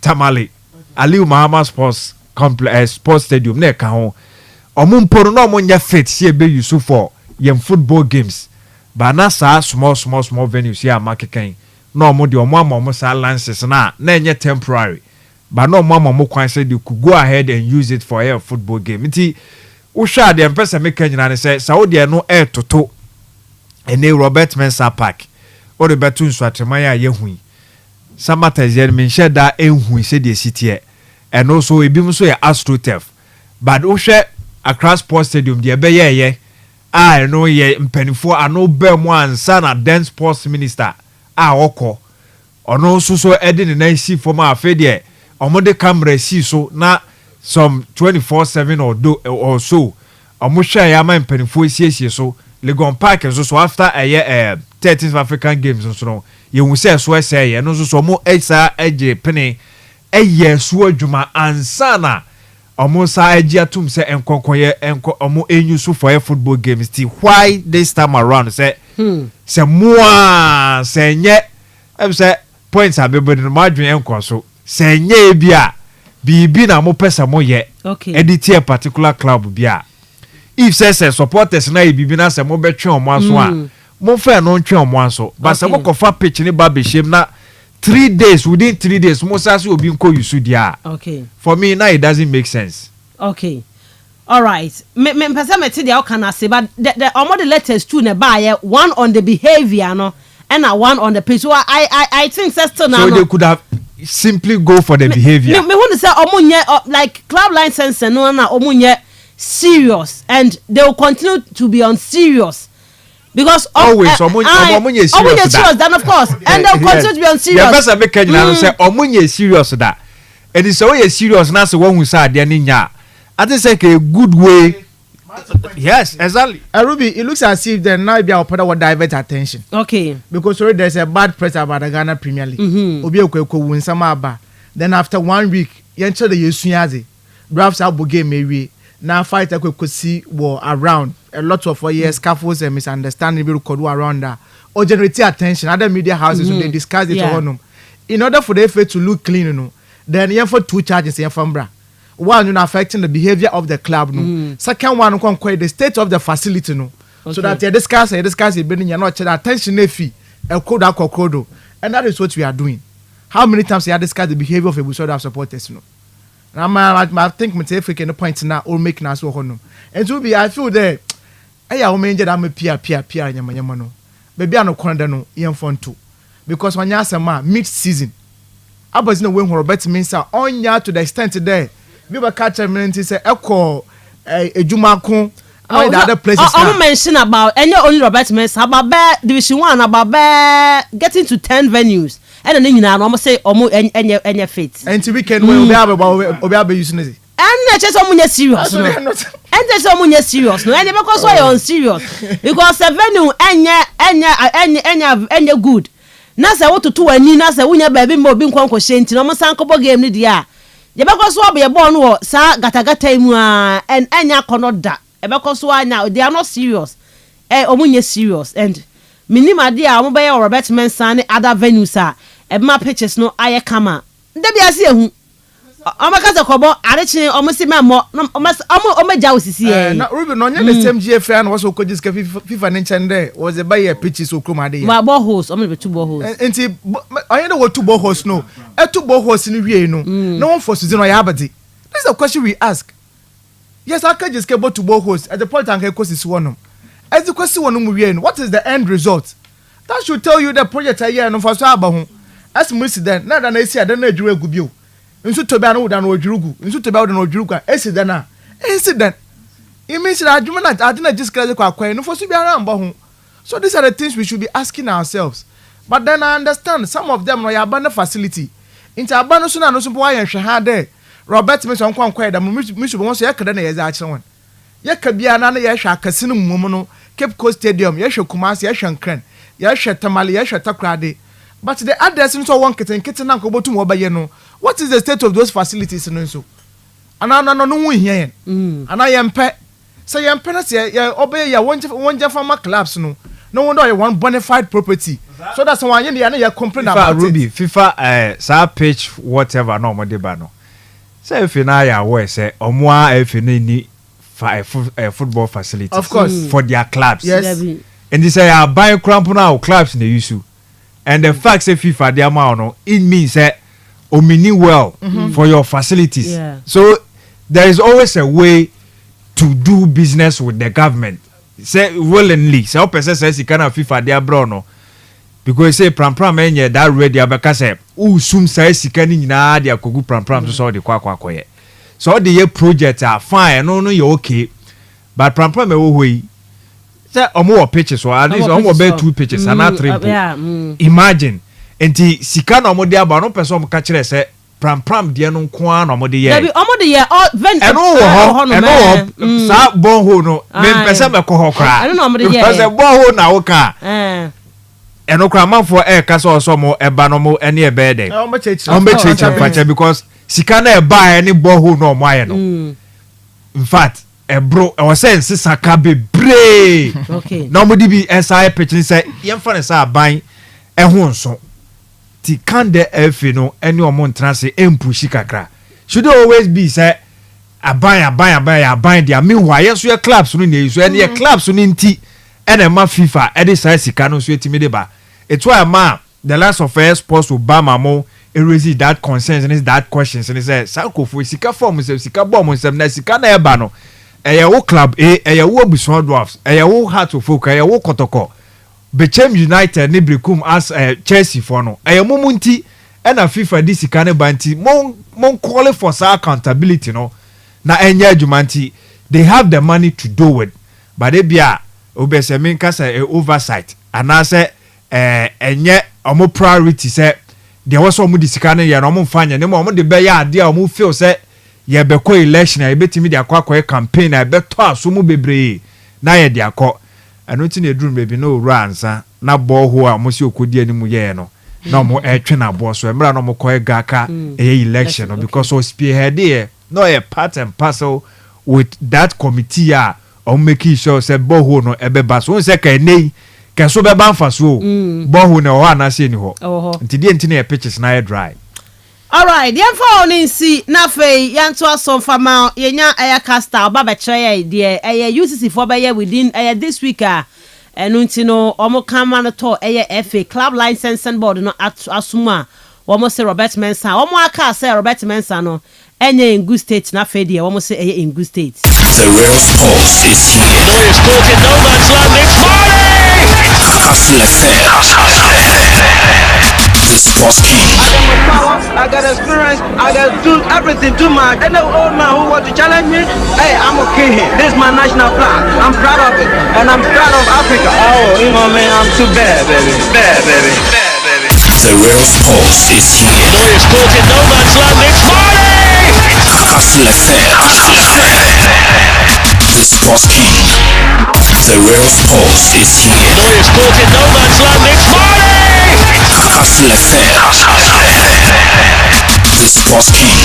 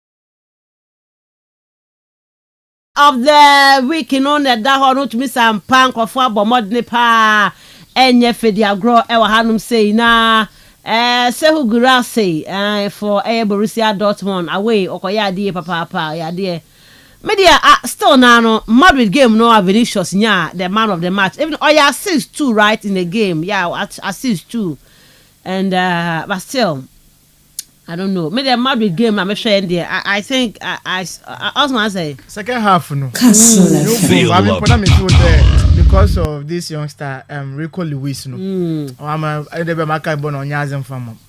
I know my Vin who bomb and Madrid take advantage of that left hand side one now. Once we use one pan. Well, Camavinga was on fire. Yes. Camavinga. And even Jude Bellingham. Jude Bellingham. Because a shirt workload that wasn't money now. Always helping the defense and Kastle FM 90.3. I do more year for 90 minutes. Now my assume food and I assume could have also been there. But yeah, as I take in a car, people now. Banana. We disagree, but okay. Mami, you were fan from now and so AC Milan disappointed me pa Stone or Boama no the way Eddie Abba. I go by the name Mandana, the CEO of Total Group Design Group Construction. Yesterday, Merseyside Derby was a fantastic class. Everton did really well. And I say, Everton made my day yesterday. More hope for Arsenal. Stone Obuabuama. No, the way Eddie Abba. Mutala Mohammed said, good morning, Castle Sports. It's not yet over for we, the citizens. And we have done it before. And we are going to qualify. We every Mutala and Holody Free Pro. Eddie and so Eddie Abba. Now, connected straight from Secondary. Good morning, Champion Ruby. How do you do? Anyway, my birthday. Hey, birthday, dear boy. Just say, boy, birthday 16th February. And Augustua will come on 7. All right, Medicine. Now, what's what chair Dora Abrokwa of Cape Coast Abra, and Madam Keller Bibi of Birth and Death Registry, Municipal Assembly Cape Costa, and the Fawon so the Abba. And Daniel Coleman say, Miss Shubi, keep up the good work. God bless you and all your crew. Thank you so much for your message. Yenin Koma when rather UEFA Champions League, games, national fit, the Mensah side derby, to drama Liverpool. In himself, Liverpool, we are Jumano, a Jumanesi, a CI, Swansea over 1.5. Liverpool for say chita tau. Ama James Tarkowski Atikano and I made an abo 11 commenting kwa brofono.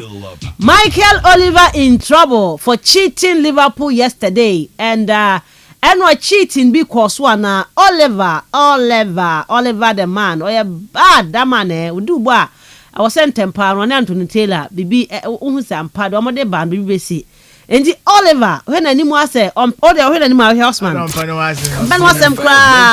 wasem but and Liverpool for say the 5 minutes that also ya boama 5 he was waiting for the equalizing goal and san wa pon empire pon ye no so go ne buy papa no apon ama Liverpool for ason ayehye papa no Anna Slot ekoye complain dem ani konya red card e wo hono mu a ni nyina no so no eba e wo game ni mtini ani nkomo ye wi a bebe fie na other interesting local news aboabo ano no ye de so atimi e de atudwa ti Osman ya meshobi yenko eni nkomo na my starting for Liverpool hono me e wi ana e boro mo Champions League ended da eko Goodison Park Everton onye Liverpool ball outstanding game and na wada wa hye no oye snow no normal them game no went to na wa mbado na ended da o tum na oyi fi hono na Premier League ni nyina no obiara mbo the same number of matches in CCC and obi about 24 matches.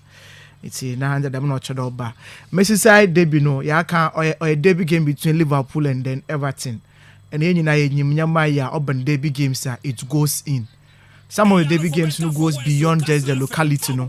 Ebi ohonoma there are two clubs they find themselves dominating the league. It is England, Manchester United, Liverpool. One example, Arsenal, Liverpool, Chelsea, those big matches, Then you have the location one, London derby, Arsenal, Chelsea, Manchester derby, so the match on the commercial side, and so one of those ones, In the game, the emotions now be common. We're going to expect a lot going into that game, physicality, the cards and everything. And that will be now one there. In the yebo game near na 8 yellow cards no to mobum, 3 red cards no to na obum. Everton ya 1, and the Liverpool nya 2 on 1 player and a slot to nya red card or honoma. Once nya wotum na onye bo honum. Na the obia onya konya hwe game no bia no. Ruby na dynamics in the door so for the two sides in nyina no. Everton this season one start here inti Shondai kedwumo ye no. Once when you to Ojano Kondo Uncle, and I was a David Moyes, or coaching club for 11 years. Down by Machine on year, Jumano. And Tinoso no, at least so far 3 matches are in the Premier League. No positive results now way to Nawenya because even those 3 matches in Nina. And I was Everton now got to 26 points before ended that game. No Liverpool, so they are chasing the title or race. No one was the and you might want one was in Bono or Concam. Manchester City virtually they are off when it comes to the Premier League.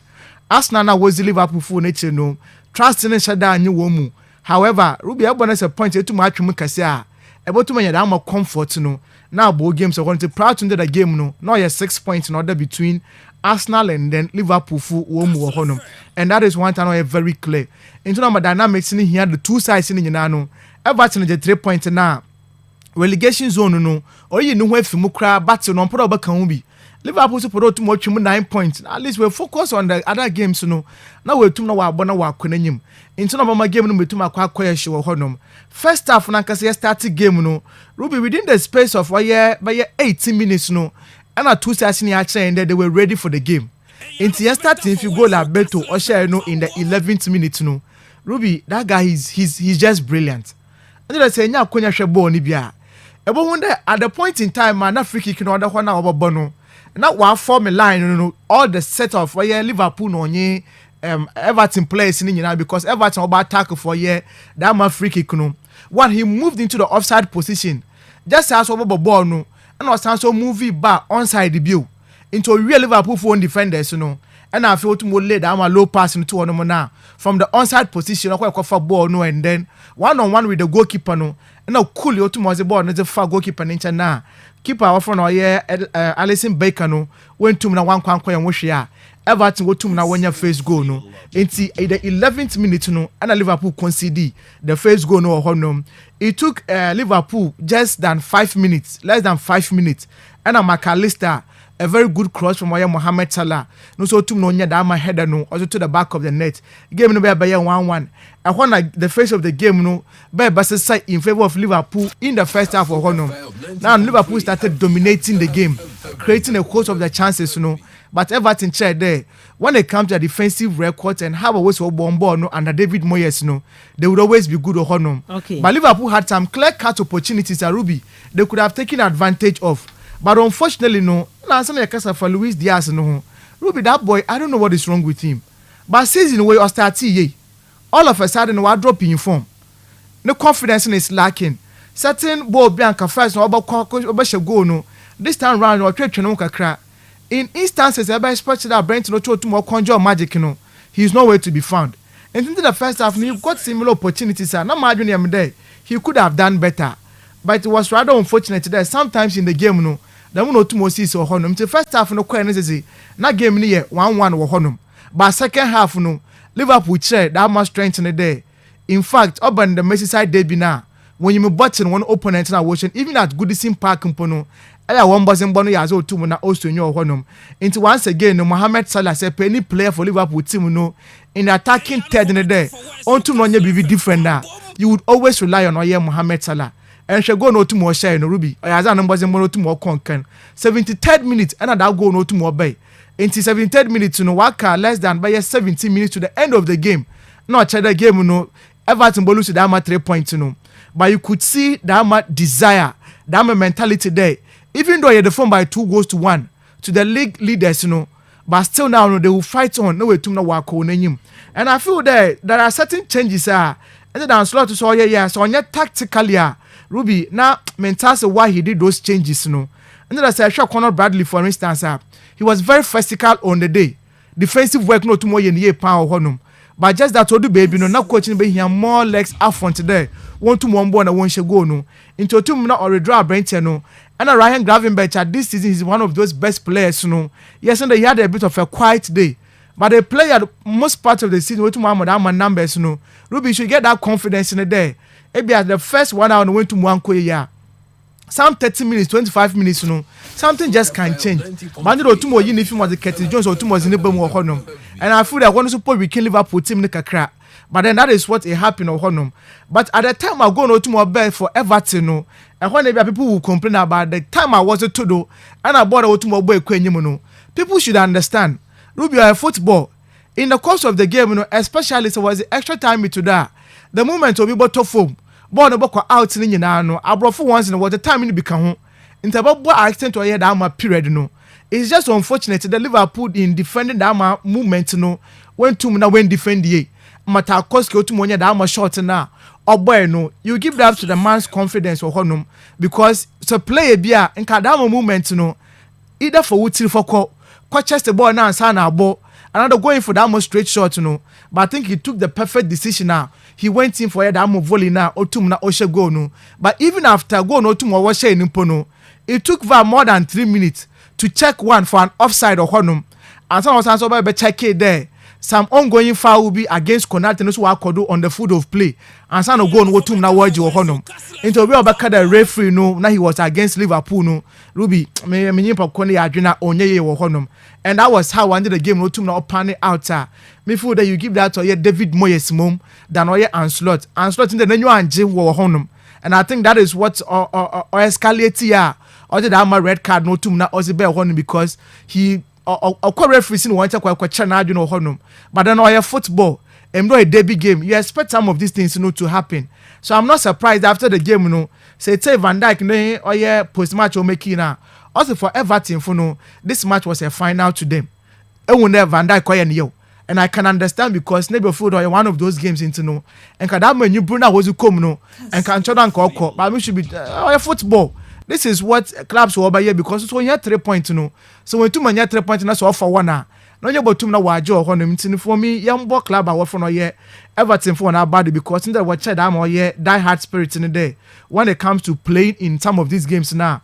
One wasn't bunny as otum na okon kind of power one so far the last 3 games were against Liverpool no.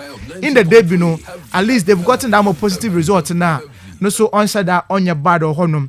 But Mohamed Salah should be once again no. I bring no good no so all make or that ma records no. And for me, Markan, he should be one of those players now. On field league no on je ball no the Hall of Fame no.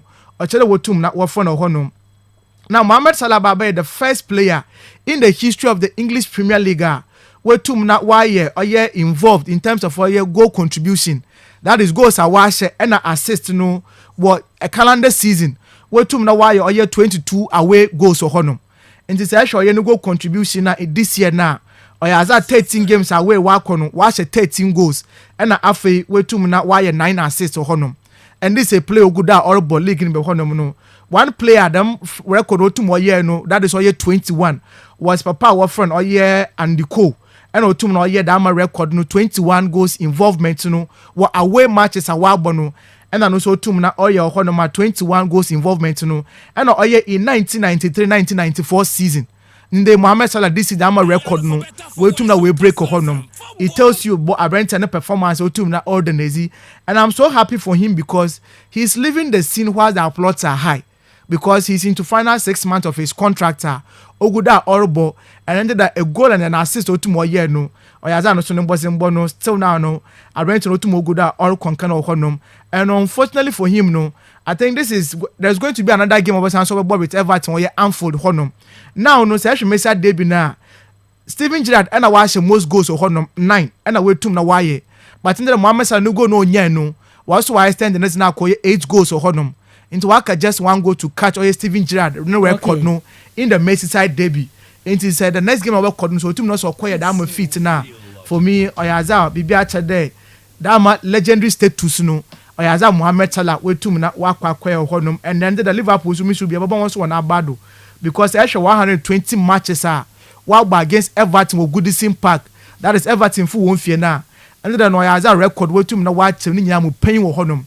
41 wins for Everton, 41 wins for Liverpool, and 38 times no wakwa acquire or draw honuma. So far no Goodison Park no. Abaka de wenya oya da equilibrium for the two sides in na obiara sen ni yankono but then you give it to Liverpool because one away that away team no that's what one that fit way na bibi achara one bozembo no oya za otum na okosunti no yambo won so won abado ho nom now no Premier League race no metum aye show since aye kese oya 7-point difference between Arsenal and then Liverpool and will be the question obiara reason come be saying there. Can Arsenal compete and do better now? And for me, that is a big problem. I'll tell you to my answer. I feel that the destiny of Arsenal for one uncle wins him. Also wins him in the sense that the rest of the matches now work no. That is the 14 games no. A team that say win those number of matches now working in na. You can equally also go on and then win the league no. Expecting the Liverpool would falter at a point in time. And the other opponent Liverpool best one no. Or chade what team na watch Liverpool. Arsenal will play against Liverpool at Anfield. Okay. Another tough game about Kodo or Honum. Now, the unfortunate news about Arsenal and Chelsea so. And that Kai Havertz were training camp or Kodo Dubai, you know. Or pulling a hamstring. Oh. And according to reports, he's out for the rest of the season. Wow. And the Arsenal team that make catch the worker for or attackers, you know. And that Kai Havertz to work with Copra. Those people for the rest of the season, no, Ruby, he's not going to be there. So as it stands now, no, Gabriel Jesus ACL. He's out of the season for Arsenal. Gabriel Martinelli, the last game of boy, no so quick prayer will in him in the course of the game. Bukayo Saka already know they are expecting him there in March and Obeba. Okay. And after Kai Havertz quick prayer. Into Waka 3 attacking front pay. Why? Waka Leandro Trossard. Okay. Raheem Sterling. And Ethan Nwaneri. Hey. Yes, and this is that 10 attacking front Arsenal to compete against Liverpool in the Premier League. Is it possible? And for me, maybe the coach would have to assess that players are out of contract or waiting if you are when you're born if you want born. Now Sterling me should be. I don't know. I hope the bottom will find the form kakra. But kakra na wa bono. It doesn't look that good for Arsenal. But I can't last season what called Dubai what bad no. I think 14 match but we knew what to cheer though. And that was a good team. This is a party where stay fit, you know. Affront Momono. There is a big issue of Kodo. But who do we blame? Okay. You blame the club no the manager. Why? Because general transfer. Clubs are not one here placing and they sign those players to fill out those squad, no. But for us now, no, when name was a striker be available. One sign be. And now this is the problem at hand that Enyama Unconquered Farmer Club has now. All right. So let's see how it is going to happen. And then Nicholas Jackson, so another hamstring injury. Also work with my Brent, you know. And also for the next 2 months, you know, he's also going to be off for club Chelsea. Now Ruby, Zenzema Chelsea kakra because attacking front, you know. Chelsea or Ringers, other players they are available, but the strikers of the team now, and when they have a big issue they are dealing with Honum. Interbasha Magui already way pro Honum. That trophy fan I was calling from New Loan deal was some back no so Ben wa baby pra and Nicholas Jackson this season. So Chelsea from one attacking fronter. No so to Madama numbers now no so no. Then who is going to be in the middle of what to know Madama goes no way to Nawaba. Are they going to rely on Christopher Nkunkwana? And for me, these are the things I know a bit of a worry for Chelsea team. Already once 1 2 now 1 should go. Already clubs have mapped up strategy. What 2 now was it play out? Abrenta our friend or co-pam or honum. So it means that Jadon Sancho, Neto Munoni Madueke Mono, they should make sure that this time around and the goal's responsibility now it is going to be on them. Now we're talking about for the 2 London clubs, you know. This is one of those in Yamor Kodo Honoma on Shada on Swen Farm one. Now yes, such attention I am brought yet the UEFA Champions League no do.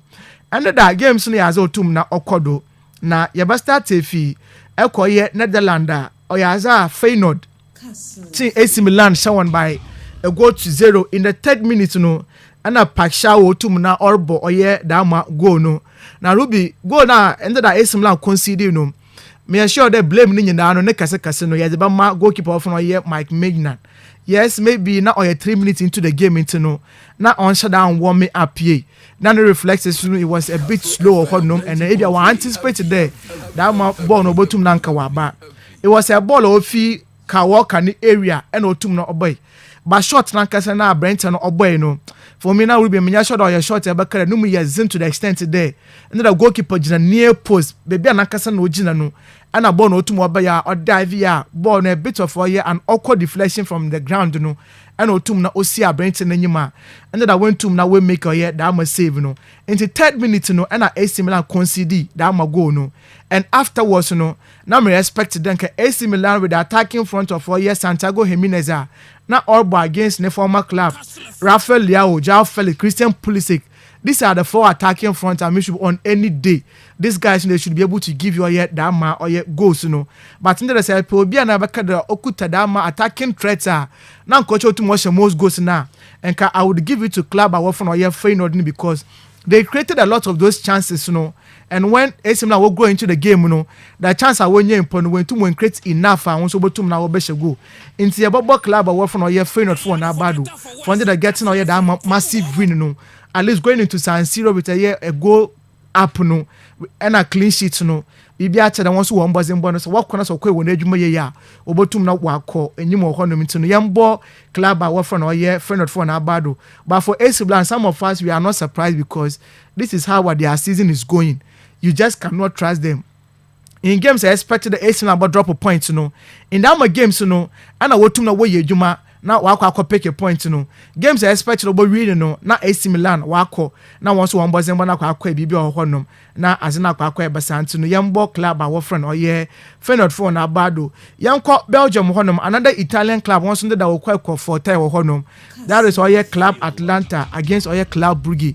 Club Brugge winning game by 2-1 and now Oye interesting game or honum and the first half no in 2 goals or honum Abrenta our friend Oye Ferran Jutgla formerly of Oye FC Barcelona and under the autumn na obo first go in the 15th minute no Ozima club our from Oye Club Brugge or honum. It took Atlanta for no Mario Pasalachi on Tumonia Oye another free header in the 41st minute no.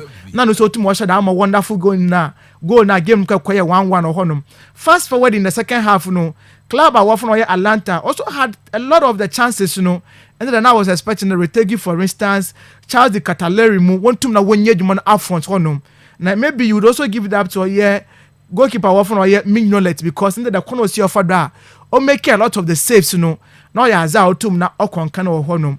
However, baby a ozi that controversy ni nyina no ozi by no was the penalty decision otum na okodo no and will be virtually game no ya za war babo pun wo honum. Now what about pun game no and there was this mistake I bent off on Isaac Kane one-on-one with the attacker of club our friend club Brugge otum make that mistake no.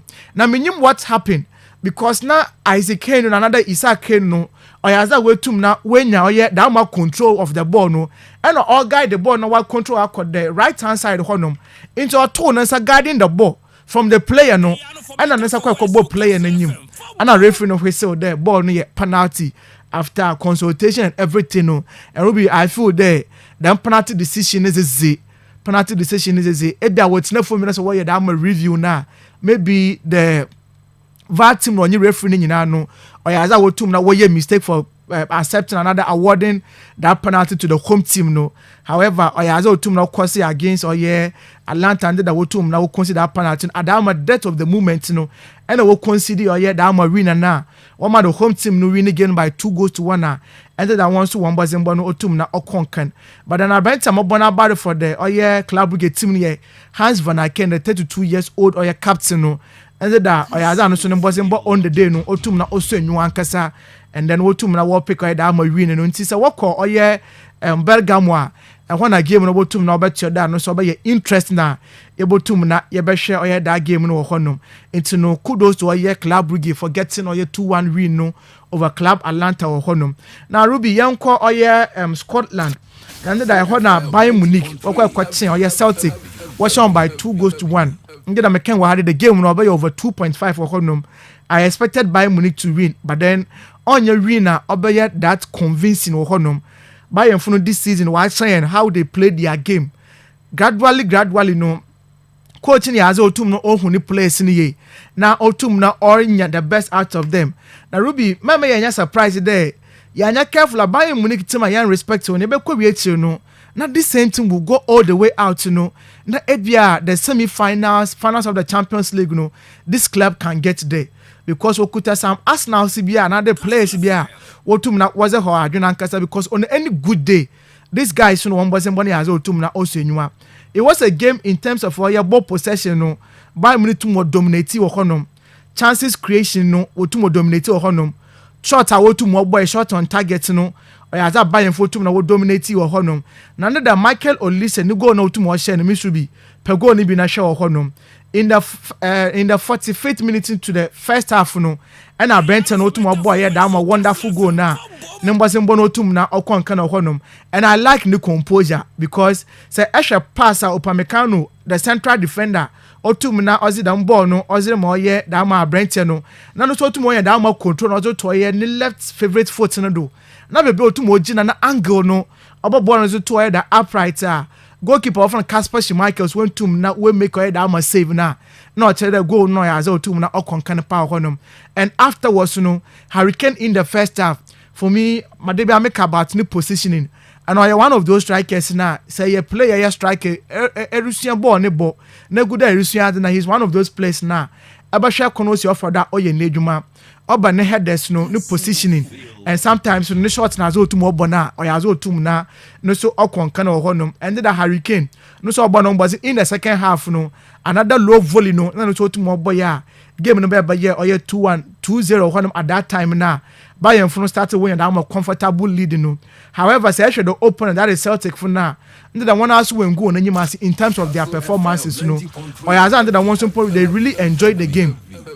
Boy ball na fine my abenta our friend Daisy my Ida and I also two no be nya one consolation goal Ozema club our friend Celtica and then once what pray uncle na game no kwa end up 2-1 in favor of Bayern Munich and then that win once what two na what pick that ma win no enti yamba Bayern so na bad wo honum and then Hurricane no say actually the English boys na so far Champions League history once what two na wo be na oyazan will be no so two mo good and mbozimbo no otum na osenwa currently no the highest English player wetum na wash most goals in the Champions League oyaza wetum na wa share oye 36 goals or honom otum na o lead oye da front no but oye the goal involvement and the contribution na that is goals and assists na currently oye David Beckham and wetum na wire 52 or honom and Wayne Rooney wire 47 and the Hurricane no so oyaza wetum na wire oye 46 or honom in between ono and onye David Beckham na other so no it is only about 6 goal differences no otum na separate in terms of contribution no into good no so no bosembo otum na all konkana so otum o chode damna that my record no Ruby trust me Hurricane that we know the goal machine obotum na watch them record no so otum na we break honum to no kudos to Bayern for getting that particular win no and a Hurricane so for the exploiter oguda no so otum na all konani mo honum mama for the last pick into the game of called Monaco honum no na ende da Monaco tinefie Wolusi was a club away from Benfica na Pavlidis and ende da 48 minutes no otum na oshadama wonderful goal na I think there will be about the goal for the week ende da goal otum oshe no ekona osi ofoda onye Mohamed Salisu all beat the defender no na afei a very tight angle otum na olupu ball no ozefa goalkeeper of no Majeki no do no yaza otum na okonkana wo honum 52nd minute no ana club our friend Monaco wotum na worizi red card or honum and then ended up pray yem obeye bia no oyaza wentum na ended up count one kwankoti or honum ended up almost all the key players in nyina no obi ayaza otum onye bi boy or honum na expectations in there say everybody against Benfica now once one shot that won't look that convincing but once watch there scoring a lot of the goals at least Obasha goals in be but all banda wants to concede the goals against FC Barcelona. We saw it on Honum. Until I expected the Monaco Funo they should take advantage of this same Monaco team way in the Champions League this season. Etin FC Barcelona a disciplined one on Honum. Until some of these games help against opponents now. Ruby, you don't underestimate them. Under the 56% of the ball possession no went in favor of Benfica or Honum. In terms of total shots, no, there were about 23 as against 6 and Monaco football boy no. So it was a day I make Monaco for one performance no. Went to na one so 6 shots on target for Benfica as against 3 of Monaco and have a big chances no. And then Monaco went to win creative bi or Honum. My opponent to me created 2. And that is one thing that all Monaco for one performance on the day no went to not one so and I feel there Monaco for definitely they should have it at the back of their mind there Messi Manyamarukono the next stage of the competition which should be no more to na question now as I'm a club what for no Monaco in the next game to na obekodino entientum na yembo clubs and the wotum na what pick wins in no when I bad or honum and as it stands now no I feel there for the 4 clubs and the what boy no Bayern Munich going Kofie na wakwakwatena ifie na wabo against Celtic no it is going to be a game Bayern Funo comfortably they will get that win no so for the round of 16 no proper one no I think I'm going to go in for Bayern Munich there the teams are me mark one over to na qualify no definitely Ayaza Bayern Funo they are going to be there Club Brugge versus Atlanta no Ruby Atlanta or Bergamo no certainly what's in the fear trust me when I was no Oyaza obotum na obe wasser it we are going to expect the Jean-Pierre Gasperini and onye the boys in no it is going to be a game no obotum na obe yesho and I expect the Atlanta for no obotum na wa qualify for the next stage of the competition or no final and then AC Milan game no Ruby when I think the bone of contention obe kodo and I still feel there or 50% for the two sides in no and come to my advantage I'm on the home team no that is why final that what we need by go to 0 no however I say AC Milan for now the kind of players are available at their disposal no was San Siro when they are going to have about 60,000 supporters backing them and players also when you there when it comes to European football what they are able to do and the kind of pressure to na other wonder now then I expect the club from AC Milan no obviously they will do their best there this time round they should be able to overturn that fixture now or two na other one no and I would tip AC Milan there the next day you want to know about home boys now at least 2-0 win once we tumna win and they be a 3-1 be we tumna qualify Monaco is should be I think they want to one call Estadio Dalu honum no now one could be different for me first leg na Wolusi no but the next stage, they will still struggle to get any positive result in that game, Okay. I want to take Benfica there. They are going to qualify to the next stage, And my next stage is I think Atlanta. I'm going for Bayern Munich, AC Milan, and then Benfica to qualify to the next stage of the competition of the UEFA Champions League. Okay, Osman the Venga and Yateneka Ewenra UEFA Champions League. Quick predictions that one there. Some of the big games they told you the Europa League. We have Porto against Roma. Minimum prediction on that game. Ruby, Mayano goals. Okay. Yes, a book of over 1.5. A pair I wait him to score one. Okay. Over 1.5. Okay. And Midland, that's not Denmark, about Real Sociedad. Double chance Real Sociedad. Sure. Double chance Real Sociedad. Over 1.5 possible in the game. Okay. Senegal is Ayas, Amsterdam, Ebo. Another tough game. Double chance home team no Benya. But then let's be safe. Okay. Over 1.5. Saho. Yes. Mourinho, Fenerbahce Anderlecht, and so they win. Straight win from Mourinho. Really? Yes, straight win from Mourinho. Okay. Yes. Ezra Kama against Galatasaray, and also Boston and then. Gala to score. Ezra Kama to score. Okay. And to both teams to score over 1.5 possible. Yes. All right. Quick one in the Europa League Conference League. Ghent any Betis is quite away out that game.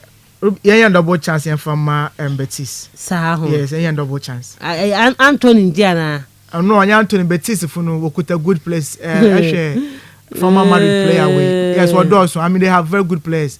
Victor. Okay, so Wankobi. Okay, so what's in the passport issues and what's what?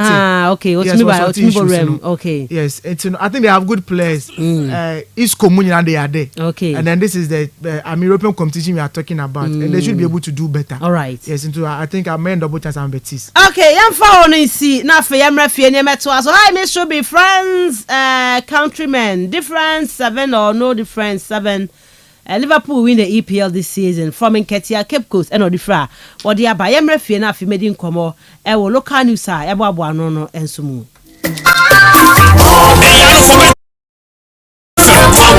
Ma omani hu hiam na Ghana man oyame na oyenze se Ghana be here ojina ame na oyendo me the meeting na Kastle FM ze jumeza wa tunizim me man ho do rebro ejoda kopi fide biara wa bra wa bono na bien dikapim nunume yimbe oye political show wa hihye bobwa no Gweman Central Region na Ghana wa kodu jojo Kastle FM 90.3 blending tradition with style.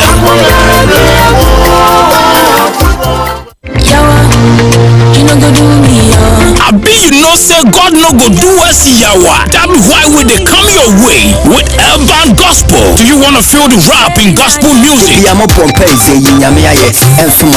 want to enjoy Afro pop gospel, hip hop gospel? I mean, do you want to feel the street way of gospel?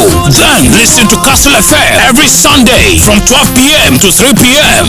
Urban gospel, church on the street. On the first day, and again his back on the third day. That's why we jubilate in his blood. I can't even pay his mercy and grace. Kastle FM 90.3. Kastle FM,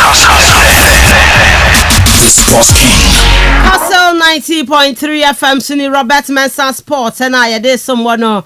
Yaba fiena fe efisa mo yaba be stream with 15 minutes past 8 on Kastle 90.3 FM. Yaba sha see the enhanced Match Day Safety and Security Protocols 2025. Inti after say Ghana Football Association ade oye Bluetooth ni why one person by them call.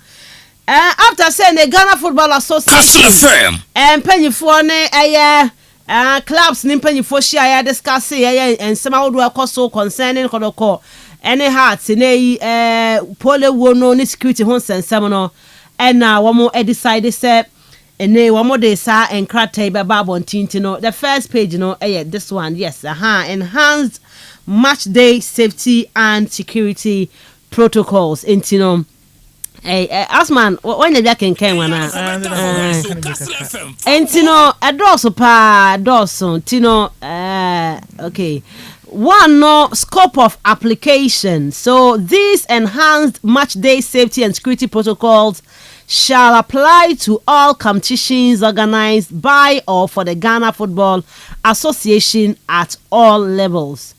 B. These protocols specify guiding principles upon which all organizational measures intended to ensure safety and security in and around a stadium or park before, during, and after every match in a competition are executed. C.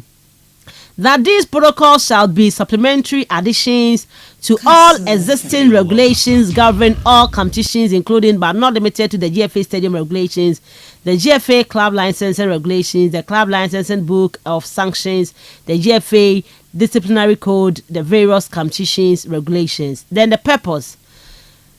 Okay, the purpose of these protocols is to ensure that the basic minimum standard acceptable by GFA is established as it relates to the organization of competitions and matches. Okay. These protocols are to help define the safety and security responsibilities of match organizers, officials, and all participants before, during, and after a match who are responsible for ensuring the safety and security of all stakeholders attending a match. You know, Mamma go akwemono. The purpose no say nay. Say be mehwama eye. Nhihya ahodo a efini de go akwemo no mpanyifo no betumi edi so na afei o ma hwe so mo meba park nyina no so no wo mo so na ho bambo no ebetumi edina mu ye papa. Enti na I'm say appointment of safety and security officials. Each club shall appoint a club safety and security officer to be responsible for their club safety and security matters on match days. Clubs who haven't yet appointed the above role and submitted the individual for training shall not be allowed to honor their match in their home venues. Osman. So one no FKK. In terms of club be appointed a safety and security officer. No more training no be in charge for more safety or match days. Now obi a wo nya appointee obi sa no anya e ma wo mo games no wo fie ho. Nti eno no yeso club be appointed FKK. Club be appointed a safety and security officer. B. The Ghana Police Service shall appoint in each region of Ghana a regional sports security officer. Enti Ghana Police Service so no yesim almost be appointed a region be a regional sports security officer. There shall be an appointed match day security coordinator who shall be the police commander in charge of the safety and security of the match. I said no more vampire no more penny or dog manu tiwe no okay but no problem. I said Regina Osman nyem be chh mu ha muna mba be chh mu. So the GFA in collaboration with CAF Safety and Security will organize training for the regional sports security officers, match day security coordinators, and club safety and security officer. Okay, so they shall be responsible for all safety and security related issues in their club and their matches. The CSSO shall implement all the action points in the attached checklist in appendix fully. Okay, collaboration with the match day security coordinator. The next paper no so no nim. Number 6. Safety and honey do home me hire connect one when okay, safety and security command center. The stadium must have a functional safety and security command center with a good overview of the main bowl and override capability over the public address system in the event of an emergency announced. Just stadium be a functional safety and security command center. Okay. And each club shall liaise with their stadium facility owners to install CCTV cameras. Okay, and also CCTV. Multi points in that down, mommy. Why? Mumputi points in that down, mommy. Yanko B, public address system. The stadium must be equipped with a public address system. The public address system must cover both the inside and the outside of the stadium and be secured against failures of the main power supply to be used for security announcement purposes. C. Pitch perimeter. There must be the separation of the spectators from the playing area by way of an appropriate fence or wall or barrier to prevent invasion of a minimum of 10 feet tall. safe zone areas. The stadium must guarantee direct, private and secure access for the teams to their dressing rooms, parking space, called the safe zone. Okay, right. But all this, are they achievable? I mean, for the ongoing AS season. Anona, Yanko anyway, Eric Alegidede, can he in Swatman for penny no say? But the corner has once a mouth of the gun cat to be bribeno. Pa, but don't want now more. Season I go so quaid ye, achievable. That be a next season, dear, but see a good sweet boligi, and some of the corner has forecast if you are quite one son, your boy. League in the actual so dear. If you want my yen to me NCCA. See, some of the demands they are making, they are not things we can do. Looking at where we are now, we started the league season. Unfortunately, along the line, just a game into the second half of the season, someone has to lose his life. It's something nobody wishes for, because as a journalist going to cover a game, it can happen to you. Me as an administrator, can happen to me. The ordinary fan out there, it can happen to anybody. It's a very unfortunate situation. But to say that in the middle of the season, if we really know the statistics in terms of policing in Ghana, look, some of the things we are asking for, they are not doable. It is not possible, because one policeman is to 100 civilians in Ghana. That is the ratio. That is the ratio. So how do you gather if you have 18 clubs? And every other weekend, you are supposed to send 800 policemen out there. It's not possible. Why answer Eric Alegidede one also Edia Tuja Honomo no say police officers in Bonoma. What they are doing so Roma Park so Mrame Yeduma. Oh me bano. One who no waka. Over phones. Over have phones no. FKK unum do moye. Oh my trabet. Say English Premier League, say La Liga, say Bundesliga, yet mean check, but no matter better. One more monitor, more better, no cry. Now the secret safe on to quite across the Grandpa Moonfield, one more park, not for no more better, no more. And they are actually watching matches.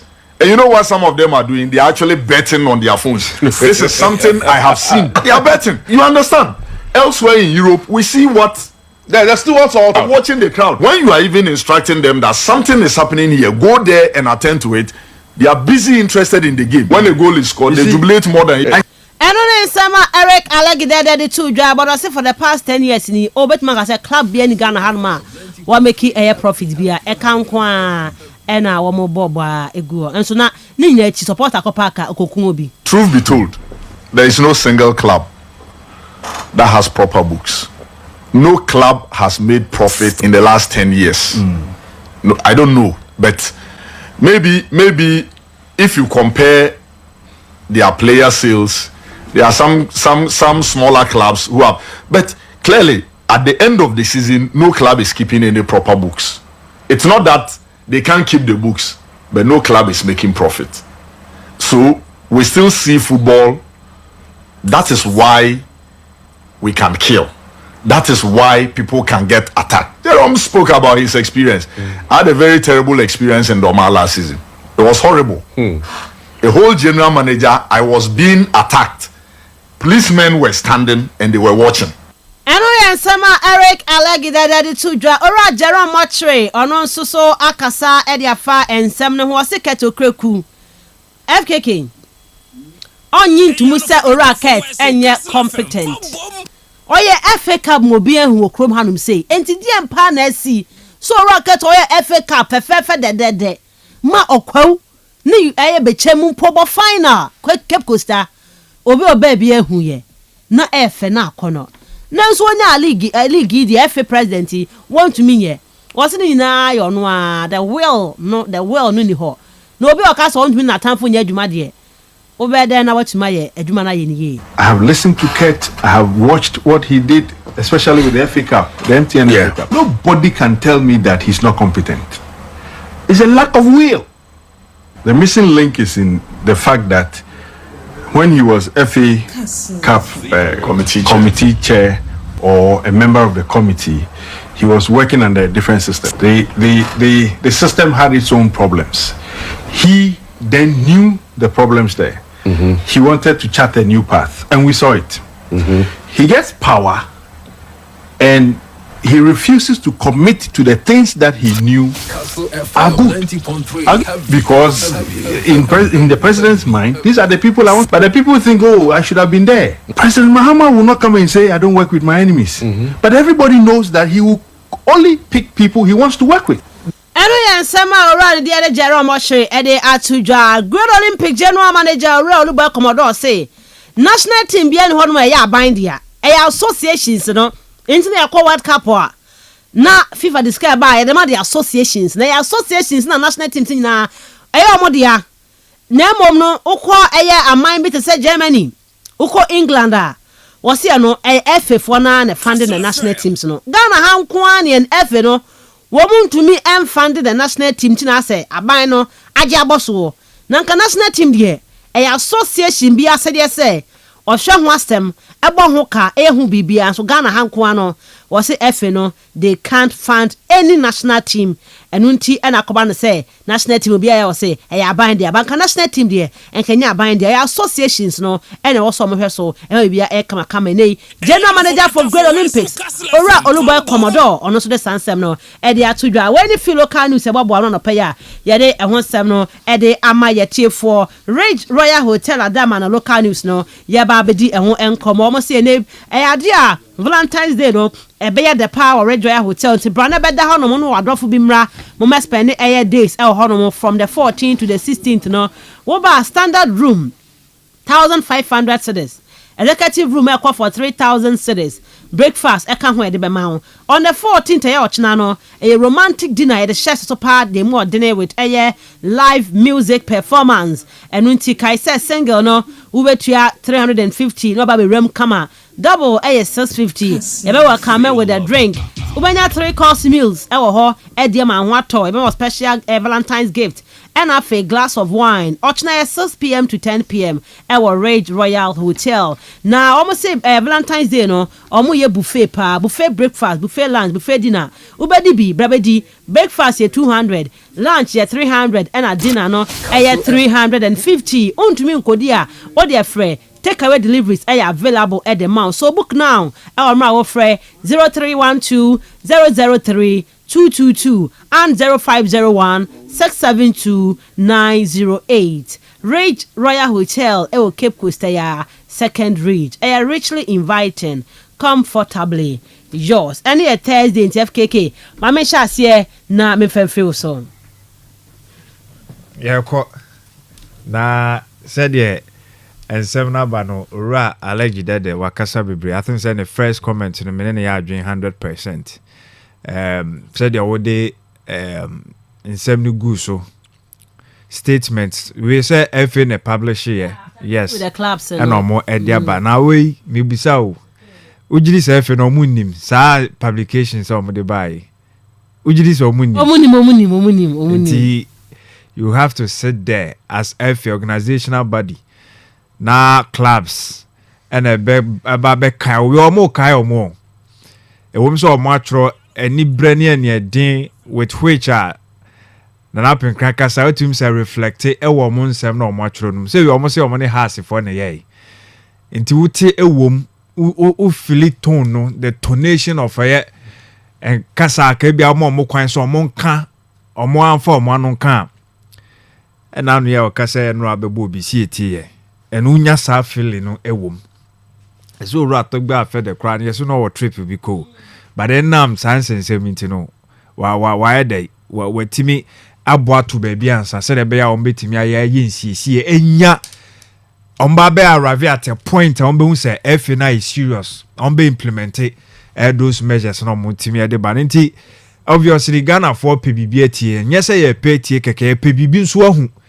enti omodi abetuwe o si ehu say alice mu ba ko mienu miensa bi ombe shasia implement and the fact say alleged that come in ya adwen say police in some ohwe ba bia o mo charge clubs ni so so mo aso nya official officers bia as o mo ankasa training no mo are within security apparatus no de o mo benya o mo de be ya adwuma no directly club na ankasa betimi I enforce o mo so mo nye emre bi atwa na personal ya obeka say Dr. Kwame Che time so no sa say dui ba no so ya ma no bro so ne butimi fo a no ne nkofo akoso omokopa omokọ akosake eye coach ma me ntwe wa no kokọ nso atema no no mo di bi ko omo security ko ba na omo so mo rugged ni mo ponko inside the ma mechanic say ye security there won say betimi achiche mabubum bebre obi dey so racket ne personal bodyguard ono ya obeto ne nsa ono ya obeto ne nsa o yes true no akaseti na boss a obe drill fine or the nsa be kika ene so so pechi no twen trouser no do si abonten obeye o say na kan kotoko current security guy or come hu aso ye that minim ne dia no ye enkofo ase yenye dialogue yen kasa yen kam yen tiase mra ne enkoba shedu mu dia no omo feel say o say kwan mu bie na se club ne fam omo ankasa be biem wa bra o man be ma kwan say yen didi nkomo ne ente ho ase ansa no akọ ono feel so waste time and all the ability ni sa capability ni say ne ho odin chen enti odi betwa fa so akọ eno ho asem na ne e kan say eduru baby no shedu aba be ka say o feel say supporters ni chama K5 obubo mu din chama sechremo e ma mpanifo ni bi hu say omokro amfa so ni omoso no kekan ya besi say no nti ene ma pole koko wi na nko ho a ono nka o ma pole kwan say wonko because oba omodi omo squad neighbor which I think say do some way so ana enshedamwa and criticize environment no e ma sa sanity ni sa sportsmanship no prevail because o ka so be na we so say o de be hia be hardwen but they do sa times so obi so ka so de opasumdwe enti yenye ni dialogue enti wo de yen jojo na yen kana asumdwe mba no eno so na ede sa def no ababa be pmt wo hwa baby a yaduru wo season mu de nyoma bibire ho no ma be ye den alleged da bobo so me nsengura mu bebe but me ne ya adwen se ke bia ka season oba be hyase enanka efe na ewo sa opepa ne so ompese omre sa measures no a omunim dada se football games ye bo a yewo A yewo B any simple ho CDM says na ye kwase ho yes na ye division 1 na ye bia division 2 no but I didn't say mostly Premier League ni there mostly A and B na me hu so mo de ye adwuma because has Asia Kotoko A Media tum say then Ashanti Gold Kotoko ana ha say show mo almost say Kotoko any heart Asia ana Kotoko Asia any other team bia eno meaning by the best me can say per games bia ya witness ya me ahu Kotoko call boase at that time no mo toto apia gu omo no it becomes na make say game bia involve Kotoko any heart with any opponent bia a match yes but say sa games no theatre house no Kotoko omo maka no bo omo a B but sa B no so no your official bi on ma e chen tell me say Samates any go star say bo a obefa ne say obefa ne dia be so wan star B but the trabi me mu say tra yes be change that especially sa bono ho for no enclaves no so mo bo mo house of folk Olympics also was so kika bi house Olympics obetuma yes it is out na it will be a game now who say division 1 league game o Vipers ne dwarfs but hwe de ekomo enti yen hwe de ekomo no de betimi asi de betimi aba after the game no hono ne o se hwe dem na ya utilize it security no ewo honom na enyoma akom de enti na games no bi wetimi ka se o yemfa soje sembra ti se media ma game emre bi atwa media ma ne Kotoko media ma ne has enempo media ma any team bia that time na won supporters no omo bowo omo park here dia se Akon park na ya kon there be is it TNA the old TNA no okay before so omo babisi no yes na enyomo omo ye wo ho no unless ye refi na hardwin pa nti ye was a series of enyoma esisi a efe na nkasa ya we a omunim ndi Kotoko for ne de yakasa omo ache omo ne house foi ye sha se kan asem se wo yes na wo tena se na se akwa I'm not saying say clubs na kan ye nkwa o but say eya bebu a ye buo no se o fro ho de hye na sɛ wanya adehysɛm na sɛ otenatena hɔ aya akoa a wasom no ebeduru bebi ɔno bɛba abedi so no aba bɛyɛ ɛyɛ akoa no mu aba bɛyɛ audition ti saa na sisi a ɛsɛ ɔmo nsɛm na ɔmo aka no clubs no bi ahyɛ ase ebogu tie no asɛ wutie tɛkyia ahia ma tene sɛ no nyinaa wabɔ kyɛsɛ wabɔ gu baabi koraa ɔse hwɛ bo tama na boyɛ has ne kɔtɔkɔ no nyɛ ni no sisi nyɔma asesa sisi mu koraa crowd no mu ntimi mpuli biem sisi Africa no koraa mu ntimi nkɔbɔ ne papapa bia biem ɛne indeed no koraa no ɔka no yadeɛ but obeka ba besisu de ya these are two the most glamorous clubs are yenim say omo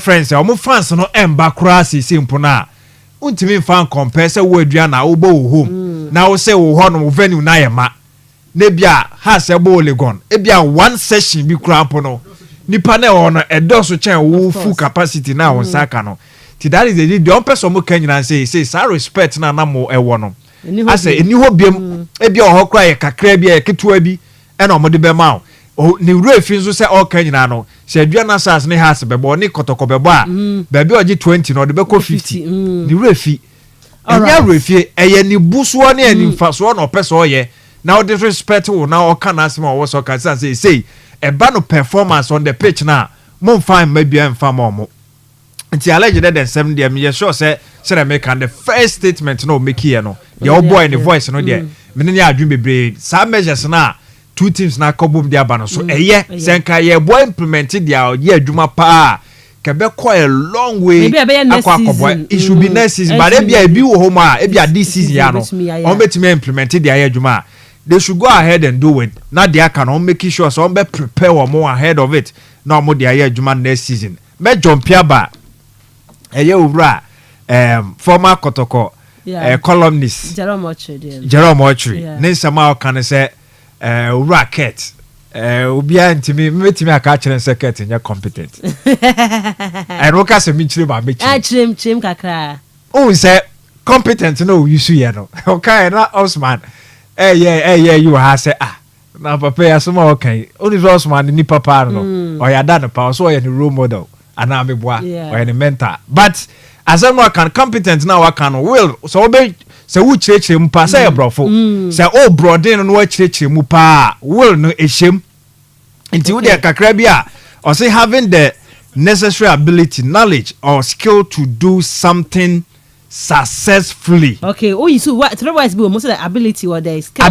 knowledge or skill unto our skill no our knowledge no and ability no yes but what we ni nyina no ability na has ability na yes school ne ability na say me and ni nyina so ka bom na yefua okay enti say owo mienu na say ba ku bi ntimi mboa ma on finish adwuma na you are not competent ensipi enti will na o ka no ewo mu ha me sure say efrafra skill no and I say the ability no yes ability no oni emani nya complete and you because catch incompetent or you right to say because what can say unable to push himself be successful no at the end of the day it's not about having the knowledge it's not about having the skill no kwa unya sa nyoma na or say wadwuma na waye no ebe wie pa ma unya abaso bode okay tisi entimi mbo abaso entimi nka cho say waye adwuma pa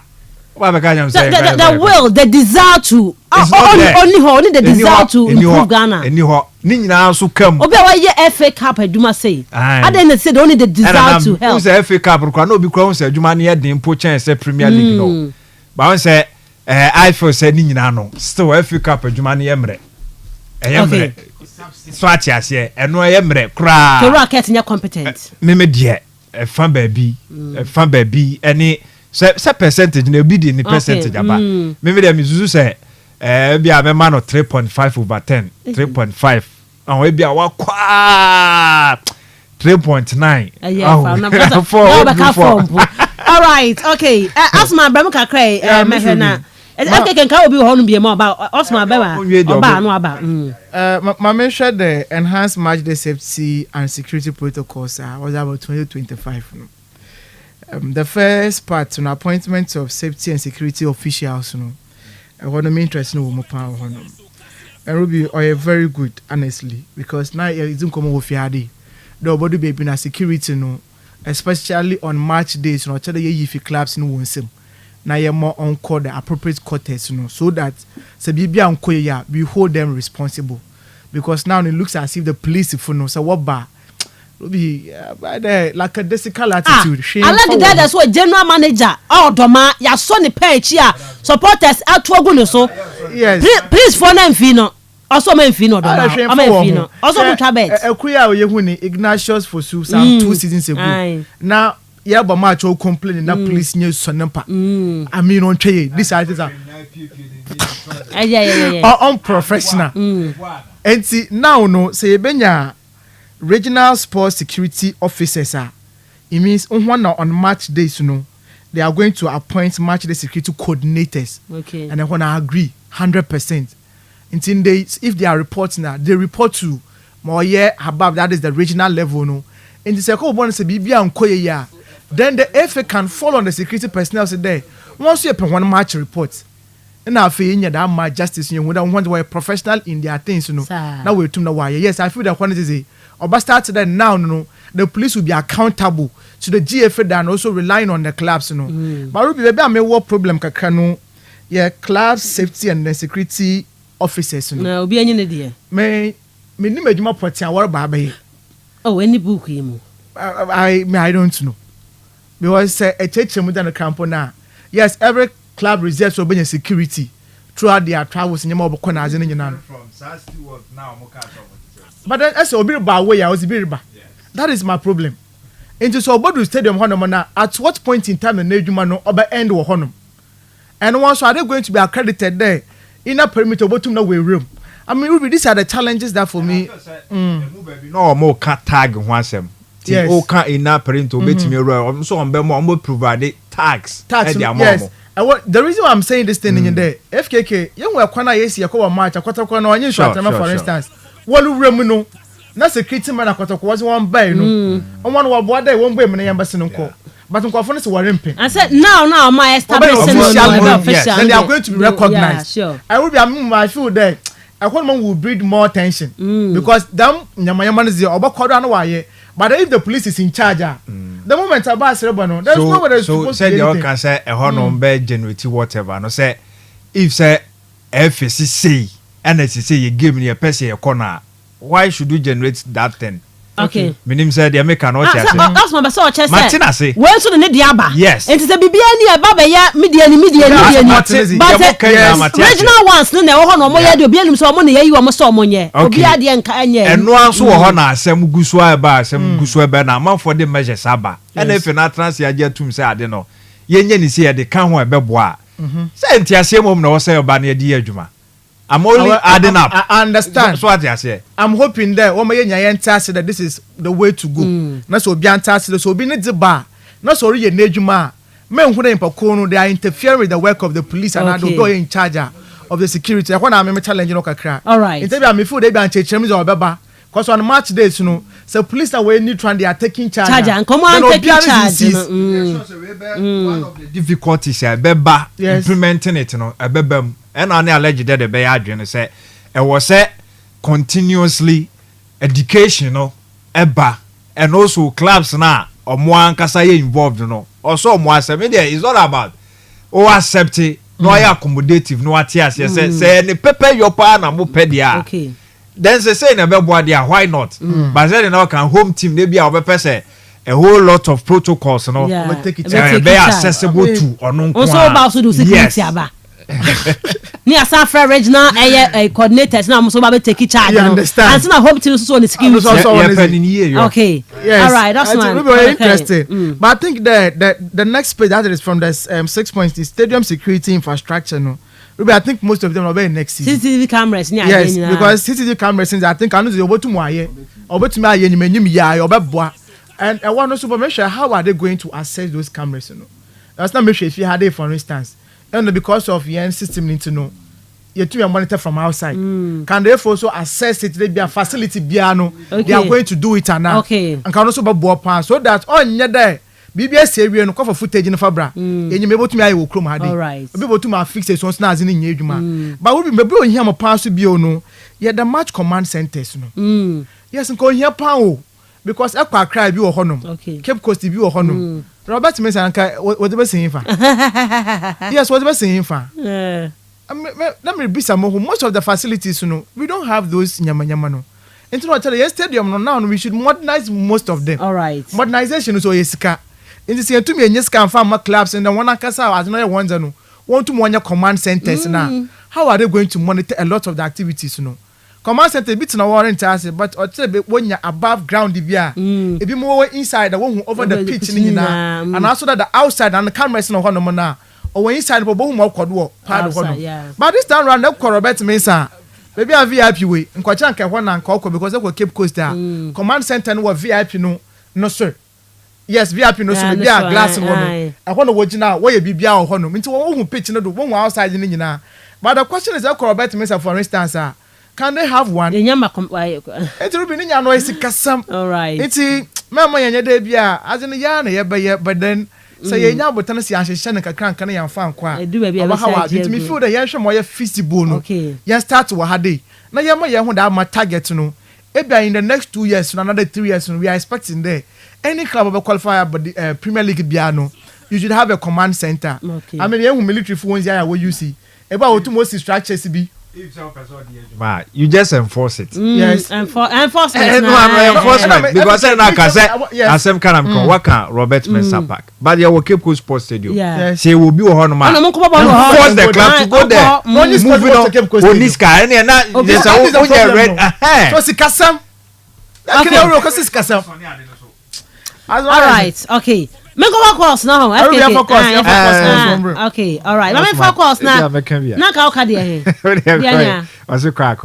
Okay, what's me crack? Okay, 0244 408 046 0244 408 046 and 0244 408 354 0244 408 354 Frena for adventure Ebra show so anopay high sense Adama ena calls no yefa ewa ha say 0244 408 046 0244 408 046 and 0244 408 354 0244 408 354 Frena and Komaya to train also for adventure Efa Brasubi. The real sports is here. Neuer's caught in no man's land. It's Marley!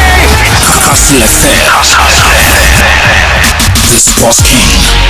Right, FKK, I may focus on my lives now. You know, I can't Kabasanka. You're not making alleged they don't say or can clubs, you know. The last 10 years will be yes, will be a Mekiska, but still, or more bony giddy said no can LNK basis say.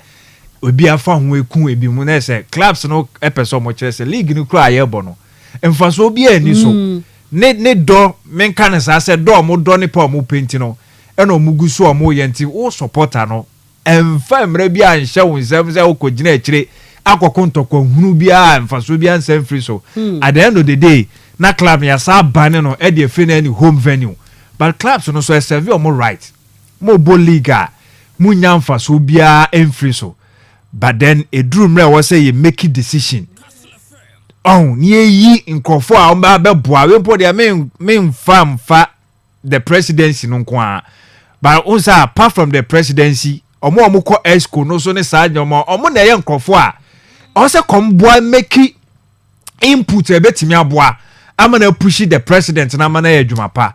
Alaji de say wunya kwan a obekwa akotena so bi. E na anu ya na ne na namo ya anya na nsia say onye part of the team na unze afi na oka no kre but wo no sa se me wonka obekata so mu aso a nti munyina mo kan ho alleged de mo ka ho na akwakodu san pempe so no 0244 408 046 0244 408 046 and 0244 408 354 me fa be first caller. Hello, good morning. Morning, Miniaba. Simple Boganie. Simple back and you Miniaba. Yentio quickly, Yentio very quick. Miniaba, man of the Mamichan of Japan. Miniaba, Timisina, a company that will 1 year, 1 wine, is it first one say ento wada o na to wan ka wuntumi na o enti mo nya boche na kotokwane ha se yampanifo na mo ya ye beboa you can league omonye na mo nya se omo wura se no. Okay. Me da say hello, good morning. Good morning, Miss Robbie. Me pa chow, didn't maybe free. Nana Nana iti ano pay. Miss Robbie. If you have me with one not really business. Also in your fee. Not on the margin schedule. Them really business in your fee. Miss I make a wide and me. And then Mum can be a for open it. Now cut it can go send we would. Ninya adi bi amfa ye ensendi wo mo no ma emu da Ghana board yem payful wa ka tin dia kan kofa bakare sido ta fachi won je no na wakata ada yen business na yen skedi anti number de dia tu skegum dia tu skegum ada wo je bibisim got wakata wo mo no ke won ni tu won ka ye bibisim keke won tu abompu no wokoto anyhow woko kaka wo ba mo won ni ati bi ta fachi yem payful na ya control fu agri one entity. Me da say hello, good morning. Good morning, Miss Ruby. Me pa chodin baby your friend free. Yeah, Capito SH. Oh, Capi it's you. Na me friend say support no cool so kotoko watching na watching. I chin kwafo ni bia gum but yenim de oku no potinti no empefo be nhwema me hu. Oh the Ghana the way why what kind of football on koda. Because the man is so yen the dadwa and I was what the cameras now the bob ya tramana we probably can by now then can watch it. Ya chama BBC and son and pevu who no to the mamu and the money. Said the lot in Akopago boku ku yo. Oh, so I don't want to wear the man another say pack it away the man camera na DB na big boy inside big boy chill. And so obia bo match you all ocean and the club obo the me pay sano ye wo be the me pay the madisha no obo man ka football wide wa kwado. Oh, Magneta. But I say, okay. Hello, good morning. Salam alaikum. Wa alaikum salam, komsheni. Miss Ruby after that. Namina do me hu ye pa. She a FK Kena Usman ma. Okay. Miss Ruby, mamum papa, me play no nko. Ended Everton Liverpool match no. The colo I had no man second yellow card, I had red card. We put them about the Pachino, I Yes, after the match. And now, NJ22 goal the way of Benny, Miss Ruby. I'm in probably television when Tip goes, the fighting spirit, Everton, way. Let's say what happened matching. Yeah, or the name where it's not supporters in there. In yellow, Everton, in yellow. Now, we see because the America, I couldn't do Akosunu nature. On your that. Never so I don't know so me. I bet the woman I will often wait on you because they be fun with the CN. Say a bit American England if very was about the Timmy because could you see what bounded what pounded? You see the young share Dimocratic when you mean may I say hello, good morning. Good morning, about promise survey. Ananie. But you are not going to cover for the session. I saw it you. Baba Sila, that's the agent before. Miss Ruby. Now, stadium no Wakanda or very maintenance if you are not. No, mental ocean, the woman she so. Remember the UCC or actual one board in one, so one or one or Cobon war.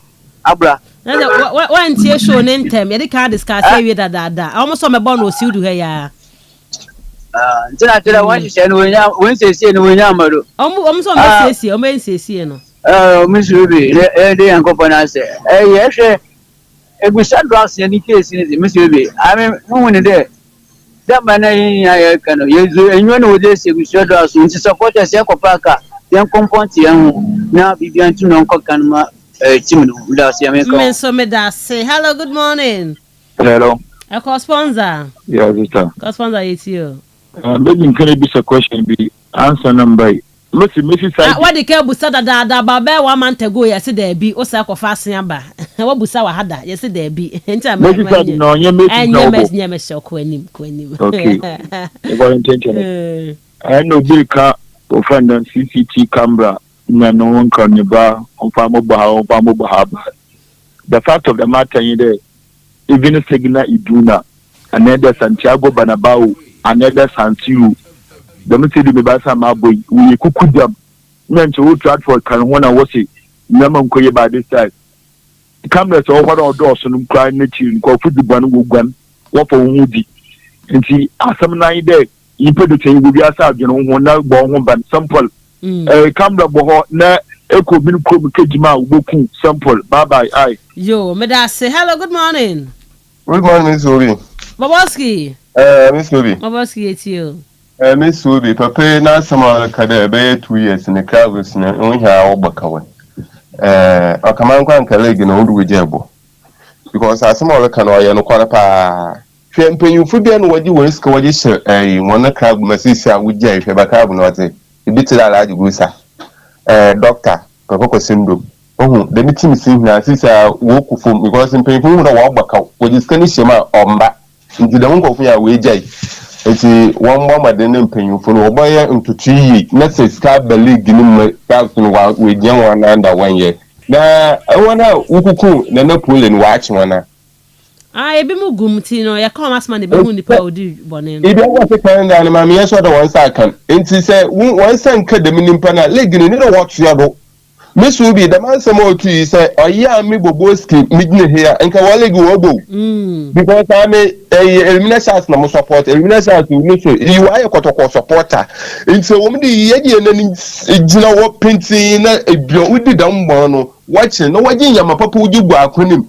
Now, Legano, often temple for that's what can me. I was start Legana, a bit better, and the minimum panel I said in the fence. No, watch your leg, don't work in Papa. Medasi. Menso Medasi, high sense, Sebra, almost showrooms across the nation.